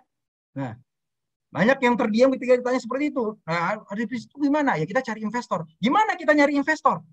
Apa yang diharapkan investor dari Anda kalau Anda nggak punya unique proposition, value proposition yang bisa ditawarkan yang memang unik daripada orang lain? Bagaimana kita mau monetize? Yang namanya investor, kan mereka mau apa? Mau return kan teman-teman ya? Angel investor pun kan dia risikonya tinggi, dia memberikan uang kepada Anda, memberikan investasi kepada Anda. Mereka kan bukan lembaga sosial, bukan filantropi yang tidak mengharapkan balas apa-apa. Lembaga sosial pun mengharapkan balas. Balasnya apa ya? Kesejahteraan mungkin ya. Ada indikator social mapping-nya, teman-teman. Jadi pasti ada return-nya. ROI-nya itu pasti ada. ROI mungkin dalam bentuk profit, ROI atau dalam bentuk benefit, teman-teman. Itu yang harus kita perhatikan. Ya, kita berbicara dengan investor yang mana. Nah, di dalam lomba AIS ini mungkin PLN masukkan dalam kegiatan CSR. Selain profit, teman-teman juga harus bisa bilang benefitnya. Apa benefitnya buat PLN ketika mendanai proyek Anda? Itu salah satu langkah bagaimana kita lihat monetize ini, teman-teman. Ya. Nah, bagaimana cara kita monetize ide kita ini, teman-teman? Bagaimana kita monetize sebuah bisnis, sebuah produk, sebuah startup yang mau kita bangun? Monetization product by creating realistic business model. Udah punya model bisnisnya enggak nih? Produknya udah ada, gitu ya. Nah, ide ininya udah ada pengembangannya, prototipenya udah ada, Mas. Tapi model bisnisnya udah ada. Model bisnis itu berbicara soal apa? Bagaimana proses delivering value? Ya, model bisnis nggak hanya nyari cuannya, tapi delivering value, ada value-nya, ada maknanya nih produk Anda buat orang lain. Kalau orang sudah mendapatkan makna produk Anda, manfaat produk Anda bagi orang lain, duit itu akan datang, teman-teman. Kalau produk Anda tidak menyelesaikan pain-nya yang tadi, Anda nggak akan gain money. Itu bahasanya value proposition canvas, ya. Jadi bisnis model itu harus pikirnya the way of delivering value-nya kepada stakeholder. Siapa aja sih orang yang berkebutuhan, orang yang bersinggungan dengan produk saya ini, dengan ide bisnis saya ini. Baru di situ kita bisa menggambarkan sustainable revenue-nya akan seperti apa. Nah, di dalam monetization bisnis ini banyak orang bisa menggunakan tools-nya lagi adalah bisnis model canvas. Ya, ini yang paling populer dari Carlos Stallwater dari tahun 2010. Dia menelitinya dari tahun 2004. Ini bahasa ringkasnya para pebisnis di dunia, teman-teman. Jadi saran saya kalau teman-teman ingin mengembangkan, pelajari bisnis model canvas yang sederhana. Ya, karena hanya dalam satu kanvas kita bisa menggambarkan model bisnisnya, proses delivering value yang tadi sehingga menghasilkan revenue itu bisa tergambar dengan baik, sederhana, singkat, padat. Pitching bisnis ini hanya 5 menit, teman-teman. Nah, itu banyak menggunakan salah satunya kerangka bisnis model canvas ini. Ada juga teman-teman startup menggunakan link canvas modifikasi dari bisnis model canvas juga. Ya. Ada juga menggunakan toolsnya Portfolio Forces, Porto Diamond Forces. Ini lebih teman-teman strategic management biasanya banyak menggunakan Portfolio Forces ini melihat bagaimana attractiveness dari semua industri. Apakah di industri ini udah banyak masuk atau belum? Apakah di industri ini masih bisa kita kembangkan? Apakah di industri ini masih ada potensi untuk kita masuki? Atau kita juga bisa menggunakan digital metric, kalau terutama teman-teman yang bikin IoT yang aplikasi ya. Nah, coba dilihat digital metricnya, bagaimana subscribernya, downloadernya, bagaimana kita convertnya. Ya, apakah nanti baru kita masuk ke digital marketingnya, pay per click dan macam-macam gitu ya. Nah, Intinya apa? Bagaimana kita bisa monetize? Bagaimana kita bisa menghasilkan dari ide, dari inovasi, dan dari proses bisnis yang kita rancang tersebut, teman-teman. Nggak hanya sekedar produk, produk berhenti di situ. Tapi bagaimana kita monetize dan sustainable, berkelanjutan. Sekali produk udah selesai, enggak seperti itu. Kita memikirkan keberlanjutannya. Ini beberapa tools, teman-teman. Nah, di sini modal kanvas kan dari yang satu lembar ini bisa tergambar nih, teman-teman. Siapa sih segmennya? Apa yang kita tawarkan? Bagaimana channelnya kita menjangkau si segmen ini, menjangkau si market? Bagaimana kita customer relationship? Bagaimana kita bisa menjalin hubungan terus-menerus? Kenapa? Karena supaya kita harapkan orang itu retention, beli ulang, balik lagi ke kita buat beli lagi. Ya. Kita lihat di produksi internalnya, apa sih key aktivitas utama yang kita lakukan, key resource, apa sumber daya yang kita miliki. Ada ide bisnis yang sumber dayanya terbatas, terus akhirnya apa? Menambah sumber daya artinya menambah cost. Menambah cost berarti meningkatkan HPP, COGS-nya tinggi. COGS-nya tinggi berarti margin makin turun, investor lari, teman-teman. Nah, di BMC ini tergambar nih hubungannya semuanya. Satu elemen naik nih, ya. Naik nih porsinya, yang lain-lain pasti terganggu, teman-teman. Apalagi yang di bawah nih yang harus seimbang, cost sama revenue-nya. Harus seimbang nih kita melihat. Jadi yuk perspektifnya coba dilihat. Bagaimana kita menyeimbangkan yang tadi. Di prinsip akuntansi kan harus balance ya teman-teman ya. Debit sama kreditnya sederhananya seperti itu. Nah teman-teman kemarin banyak melihat di proposal-proposal yang dimasukkan. Karena banyak datang dari akademisi, dari universitas. Banyak menggunakan konsep hanya hibah. Ya. Tidak menggunakan konsepnya pola bisnis, investasi bisnis. Ya walaupun PLN tidak mengharapkan langsung didanai PLN 50 juta balik PLN langsung, tidak secara langsung seperti itu teman-teman, tapi dalam benefit lain. Tapi kita menyajikannya logika berpikir dari produk kita, meyakinkan orang lain bahwa bisnis ini akan sustainable, produk saya ini akan sustain berlanjut. Padahal ide-idenya luar biasa teman-teman semuanya. Ya, jadi membangun bisnis itu teman-teman bukan sekadar memuaskan keinginan, tapi memenuhi kebutuhan. Jangan hanya sekedar Anda ingin membangun ini. Jangan hanya sekedar kampus Anda ingin melahirkan kendaraan listrik. Jangan hanya sekedar tim Anda ingin melahirkan produk listrik. Tapi memang berbicara soal kebutuhan. Apakah yang Anda hasilkan ini memang dibutuhkan oleh market atau tidak? Apakah yang Anda hasilkan memang menyelesaikan persoalan di pasaran atau tidak? Kalau tidak berpikiran seperti itu, teman-teman, kita jangan-jangan nanti terjebak soal apa? Kita yang ingin membangun. Produk ini nggak dibutuhkan, tapi kita yang ingin membangun untuk apa? Untuk eksistensi dan lain-lain, teman-teman. Ya, jadi bisnis bukan sekedar memuaskan keinginan, tapi harus memenuhi kebutuhan, kawan-kawan sekalian. Nah, untuk itu, sekarang coba yuk kita tanya, apakah produk kita nih sudah siap beredar di pasar atau belum? Ya, walaupun tahap teman-teman masih baru ada yang prototipe, baru akan produksi, tapi setidaknya teman-teman udah punya rencana belum? Ini akan siap beredar di pasar. Nah, menjawabnya itu teman-teman kita bisa juga menggunakan framework feasibility studies. Ini orang-orang bisnis selalu bicara soal ini, uji kelayakan. Nah, di dalam uji kelayakan ini kita melihat 5 aspek, teman-teman. Uji kelayakan proyek juga dilakukan nih 5 aspek ini. Ya, kita mendampingi di tempat saya di PP Manajemen, kita konsultasi juga melihat kelayakan sebuah bisnis dari mana? Dari 5 ini, teman-teman. Apa yang kita lihat yang pertama adalah aspek industrinya. Ketika ditanya nih, siapa target pasar Anda? Segmennya siapa sih? Anda mau menjual ini ke siapa? Anda belum firm. Ada beberapa kelompok yang nggak jelas nih. Mau menargetkan siapa? Ke semua orang Indonesia. Pak. Nggak bisa menyusun target pasar seperti itu. Target must be spesifik. Harus spesifik Anda lihat yang mana. Kenapa? Anda baru startup, sumber daya terbatas, resource terbatas. Nggak mungkin Anda langsung menguasai dunia. Teman-teman. Harus spesifik Anda sasar yang seperti apa. Maka strateginya segmentasi pasar itu jangan dilihat hanya dari geografisnya, tapi bisa kita lihat dari bagaimana lifestyle-nya, gaya hidupnya, teman-teman semuanya. Ya. Yang kedua, bagaimana permintaan, demand, teman-teman. Cari data, cari di industri, produk serupa atau produk substitusi. Kita lihat, kita coba berapa banyak penjualannya. Kita coba lihat bagaimana kita forecast demand-nya. Penjualan dari industri dari pemain-pemain di industri yang sama, coba kita kalkulasikan. Coba kita forecast-kan, kenaikan berapa persen. Kita bisa lihat berapa sih demand-nya untuk tahun ke depan. Nah, itulah akan menjadi market potensial kita. Berapa potensial yang akan mampu kita jangkau nantinya, teman-teman semuanya. Ya. Terus juga kita harus lihat bagaimana persaingan, siapa kompetitornya, ya, siapa substitutornya. Banyak bisnis sekarang nggak hanya hancur gara-gara kompetitor, tapi justru substitutor, teman-teman. Ya, bisnis taksi kan hancur, ya babak belur lah kita bilang, bukan gara-gara pengusaha taksi yang lain, tapi gara-gara apa? Gara-gara ojek online gitu. Ojek online padahal substitutor, bukan strategi kompetitor dari taksi, teman-teman. Itu juga kita perhatikan, ya. Bagaimana cakupan distribusi? Ini orang-orang marketing nih mikir, orang-orang yang berbicara soal industri nih. Bagaimana harga? Coba pernah kita riset nggak? Produk serupa, produk sejenis, produk substitutor yang lain berapa harganya? Ini yang pertama, aspek industri dan pemasarannya kita lihat dulu yang pertama untuk visibility-nya, teman-teman. Aspek kedua yang harus kita lihat adalah operation dan teknologi. Ini Pak Yunato udah banyak bahas tadi bagaimana kelayakan teknologinya. Bagaimana proses produksinya juga kita lihat, teman-teman. Center of gravity-nya di mana? Di mana nanti akan pabriknya akan ada produksi nih. Ada yang bilang nggak, Pak, kita akan menguasai pasar-pasar di Indonesia, petani di Indonesia tuh sekian ribu, Pak, sekian persen akan kita kuasai. Pabrik Anda di mana? Oh, pabrik saya, Pak, di daerah pedalaman di Jawa sana gitu ya. Gimana Anda mau proses kirimnya ke Bali, kirimnya ke Kalimantan, kirimnya ke Sumatera? Kan harus berpikir soal center of gravity. Maka balik lagi tadi, segmennya udah cocok atau belum nih teman-teman semuanya. Ya. Ya.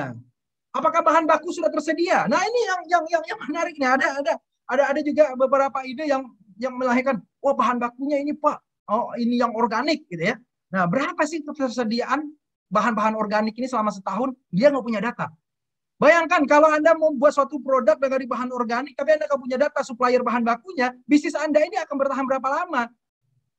Akhirnya apa? Investor bilang nggak visible nih gitu. Kenapa? Dia nggak punya data bahan baku. Dan dia juga nggak punya data alternatif bahan baku kedua apa? Teman-teman. Ya.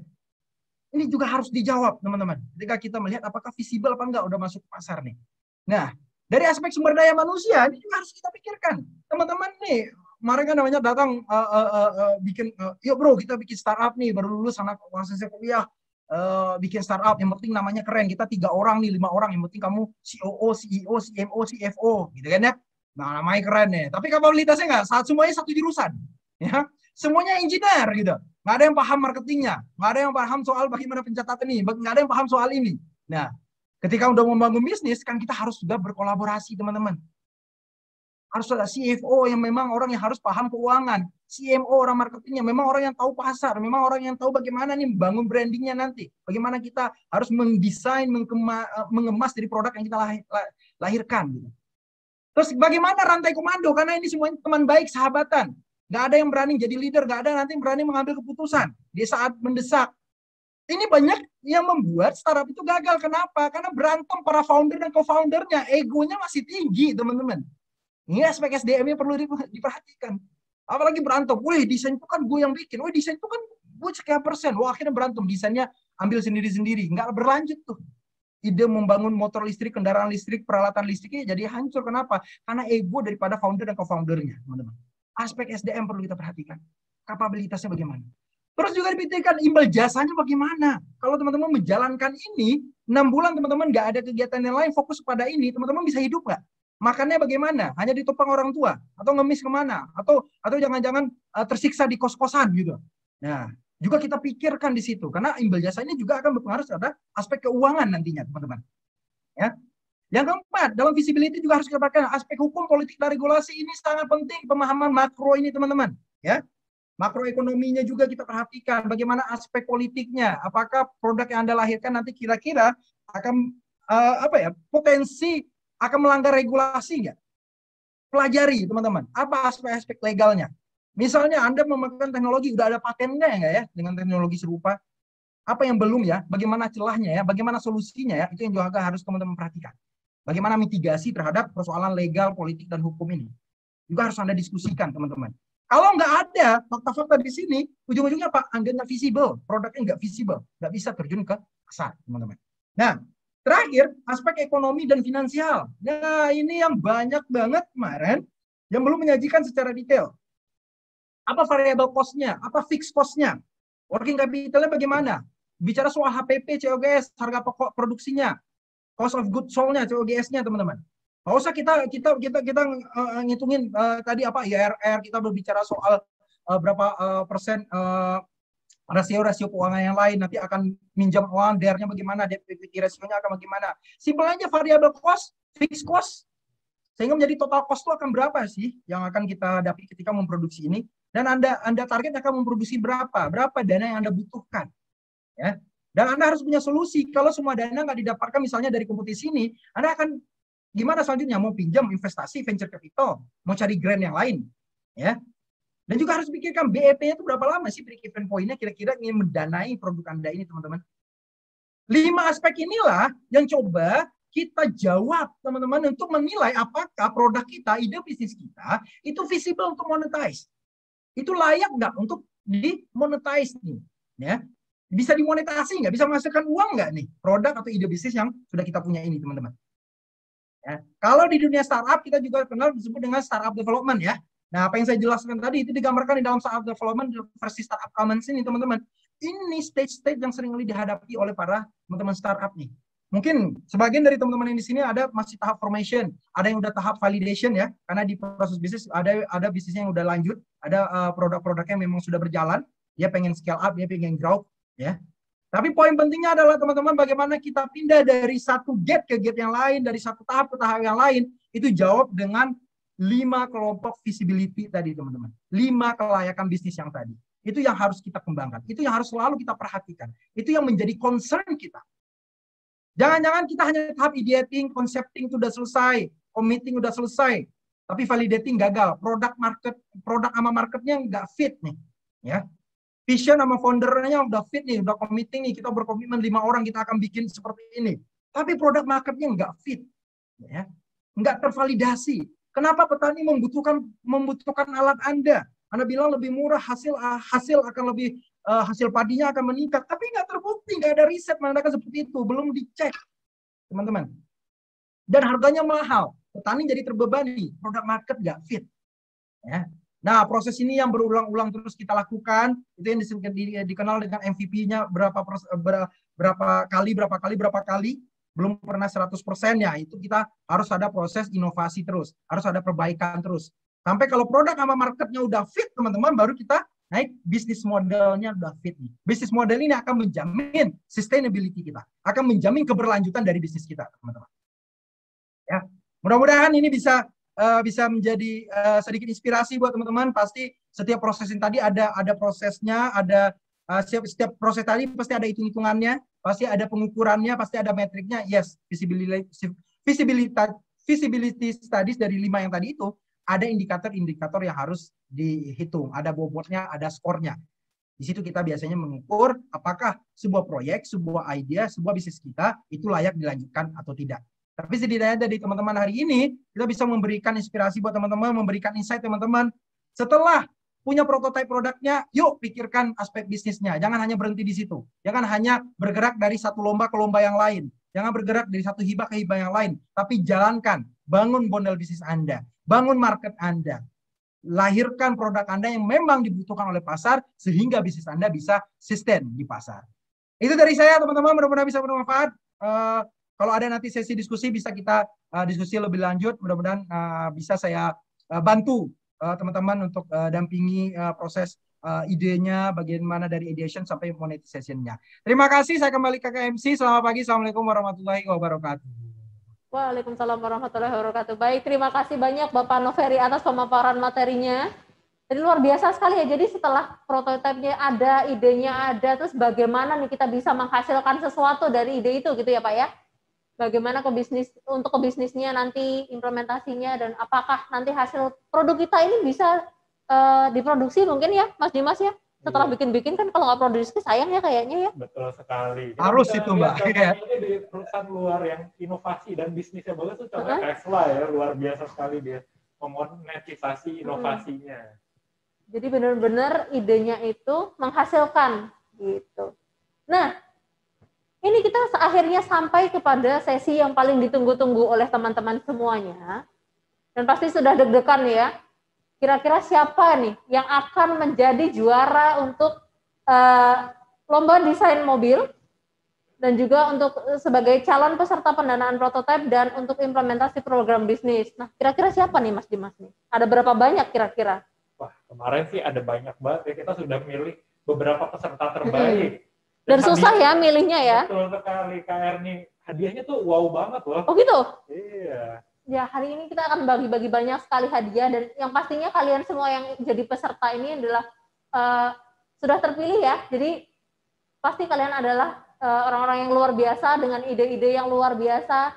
Tinggal nanti dilakukan pengembangan untuk lebih lanjutnya gitu. Jadi kalau misalnya nanti ada hasil yang kurang memuaskan, jangan patah semangat, tetap terus dilanjutkan lagi usahanya. Siapa tahu nanti kita dapat kesempatan ya Mas Dimas di lain waktu gitu ya. Betul sekali Kak Erni. Oke, langsung aja nih, daripada berlama-lama, kita langsung umumkan juara. Yang pertama apa nih Mas Dimas?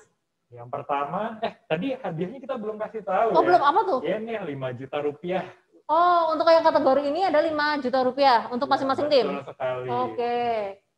Pengumuman apresiasi calon nominator pendanaan. Oke, baik.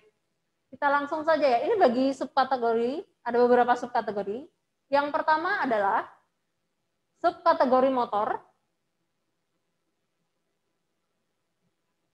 Ya, selamat kepada Goib dari Institut Teknologi 10 November. Selanjutnya, Silen X dari Universitas Pertahanan. ya, selamat.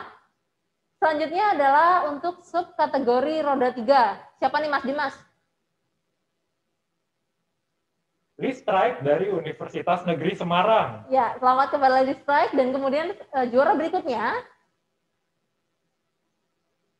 Becak EV1 Universitas Gajah Mada. ya, selamat. Kemudian selanjutnya apakah ada lagi? Oh, masih ada lagi dari Universitas Islam Sultan Agung, Mortisel ya.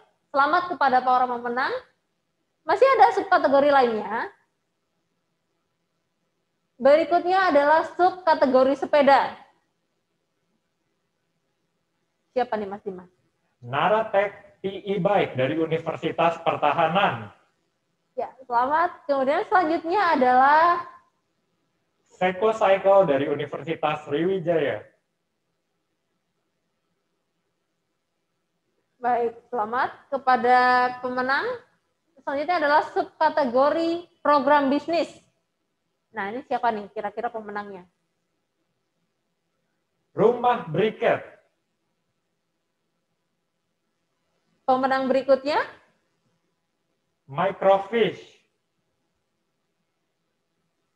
ya, selanjutnya ada lagi subkategori peralatan listrik. Nah, untuk kategori peralatan listrik ini ada beberapa pemenang, jadi dia akan lebih banyak karena pesertanya sendiri juga memang lebih banyak. Ada 7 jadinya. Oh gitu, oke. Ya, Dan masing-masing nanti seluruh peserta yang dalam kategori ini akan dapat 5 juta ya Mas Dimas ya? Iya, betul. Yang tadi Oke. diumumkan jadi sudah mendapatkan 5 juta rupiah. Baik. Jadi kira-kira mau beli apa ya? Waduh. Itu, wah, luar Atau biasa. mau bikin apa lagi untuk pengembangan idenya ya? Nah, betul sekali. Jangan hedon-hedon aja, Iya, tapi kita benar. pikirkan pendidikan dan pengembangan diri. Betul sekali. Ya, untuk subkategori peralatan listrik, yang pertama adalah plastik bag maker. Kisit, tangki ekstraksi mikroplastik berbasis ferrofluids. Selanjutnya, Lakon Smart Home Roaster.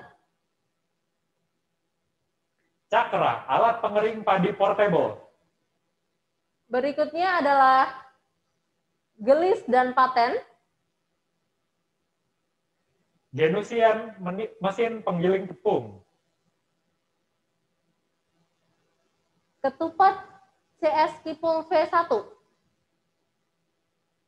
Nah, jadi Baik. inilah 7 peralatan listrik yang masuk ke nominasi. Oke, dan untuk seluruh peserta yang tadi sudah diumumkan menjadi pemenang, nanti panitia akan menghubungi ya. Baik, selanjutnya kita akan menyampaikan pengumuman calon peserta pendanaan prototipe dan implementasi program bisnis dalam PLN AIS 2021. Siapa aja nih kira-kira nih? Dan pasti ini hadiahnya akan lebih besar ya. Karena ada pendanaan implementasi Benar juga. sekali. Ya, calon peserta pendanaan program bisnis teknologi tepat guna. Yang pertama, Machine Waste to Energy Incinerator. berikutnya adalah Mahuja. Yang ketiga, Smart Vertical Aeroponic. Baik, selamat kepada seluruh pemenang. Ada Machen, ada Mahuja, ada Smart Vertical Aeroponic. Nah, selanjutnya ada pengumuman apa lagi nih Mas Dimas? Ada pendanaan lagi, kali ini desain peralatan listrik. Yang pertama, A-Rings. Oke, pemenang berikutnya ada alat pengering ikan kontinu sederhana. Dan ada lagi pemenang berikutnya adalah Master Pellets. selanjutnya masih ada lagi pengumuman, yaitu untuk calon peserta pendanaan desain sepeda. Yang pertama, ada siapa nih Mas Dimas? Sepeda hybrid bambu dari Universitas Pendidikan Indonesia. Baik, pemenang yang kedua adalah Selita dari Universitas Diponegoro. Dan yang ketiga, Ngepit, Politeknik Negeri Semarang. Ya, selamat kepada para pemenang. Berikutnya kita akan menyampaikan kategori berikutnya, yaitu adalah calon peserta pendanaan untuk desain motor. Yang pertama, Aiduran, Institut Teknologi 10 November. Pemenang berikutnya adalah Elgo, Universitas Negeri Padang. Dan yang ketiga, KANS, Universitas Islam Indonesia. Selamat kepada para pemenang.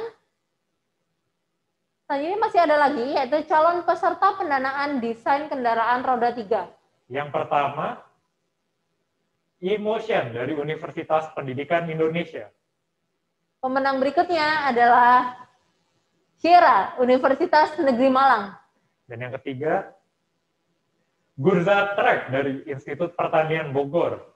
Wah, banyak ya ini. Dan masih ada lagi loh kita pemenangnya. Nah, ini kali ini pemenang desain sudah ditentukan ini juaranya. Ini yang paling ya. ditunggu-tunggu nih pasti. Yang pertama adalah juara desain mobil. Siapa nih Mas Dimas? Ikut deg-degan saya ya. Iya nih. Hadiahnya gede soalnya nih. Oh itu? Nih? Ayo, waduh, munculkan. juara 3 desain mobil. Juara 3, hadiahnya berapa? Ya, 20 juta. Mantap Dan sekali. siapa ini kira-kira juaranya nih? Pasti teman-teman semuanya juga sudah penasaran. Boleh langsung dibuka saja. Siapa juara 3? Garuda Kencana dari Universitas Negeri Yogyakarta. Ya, selamat kepada Universitas Negeri Yogyakarta. Nah, selanjutnya kita akan menyampaikan juara 2 untuk desain mobil. Ini hadiahnya Dengan pasti hadiah lebih besar lagi ya. Wah, ini besar. Berapa tuh kira-kira? 30 juta. Oh, oke, 30 juta untuk juara 2 desain mobil. Dan pemenangnya adalah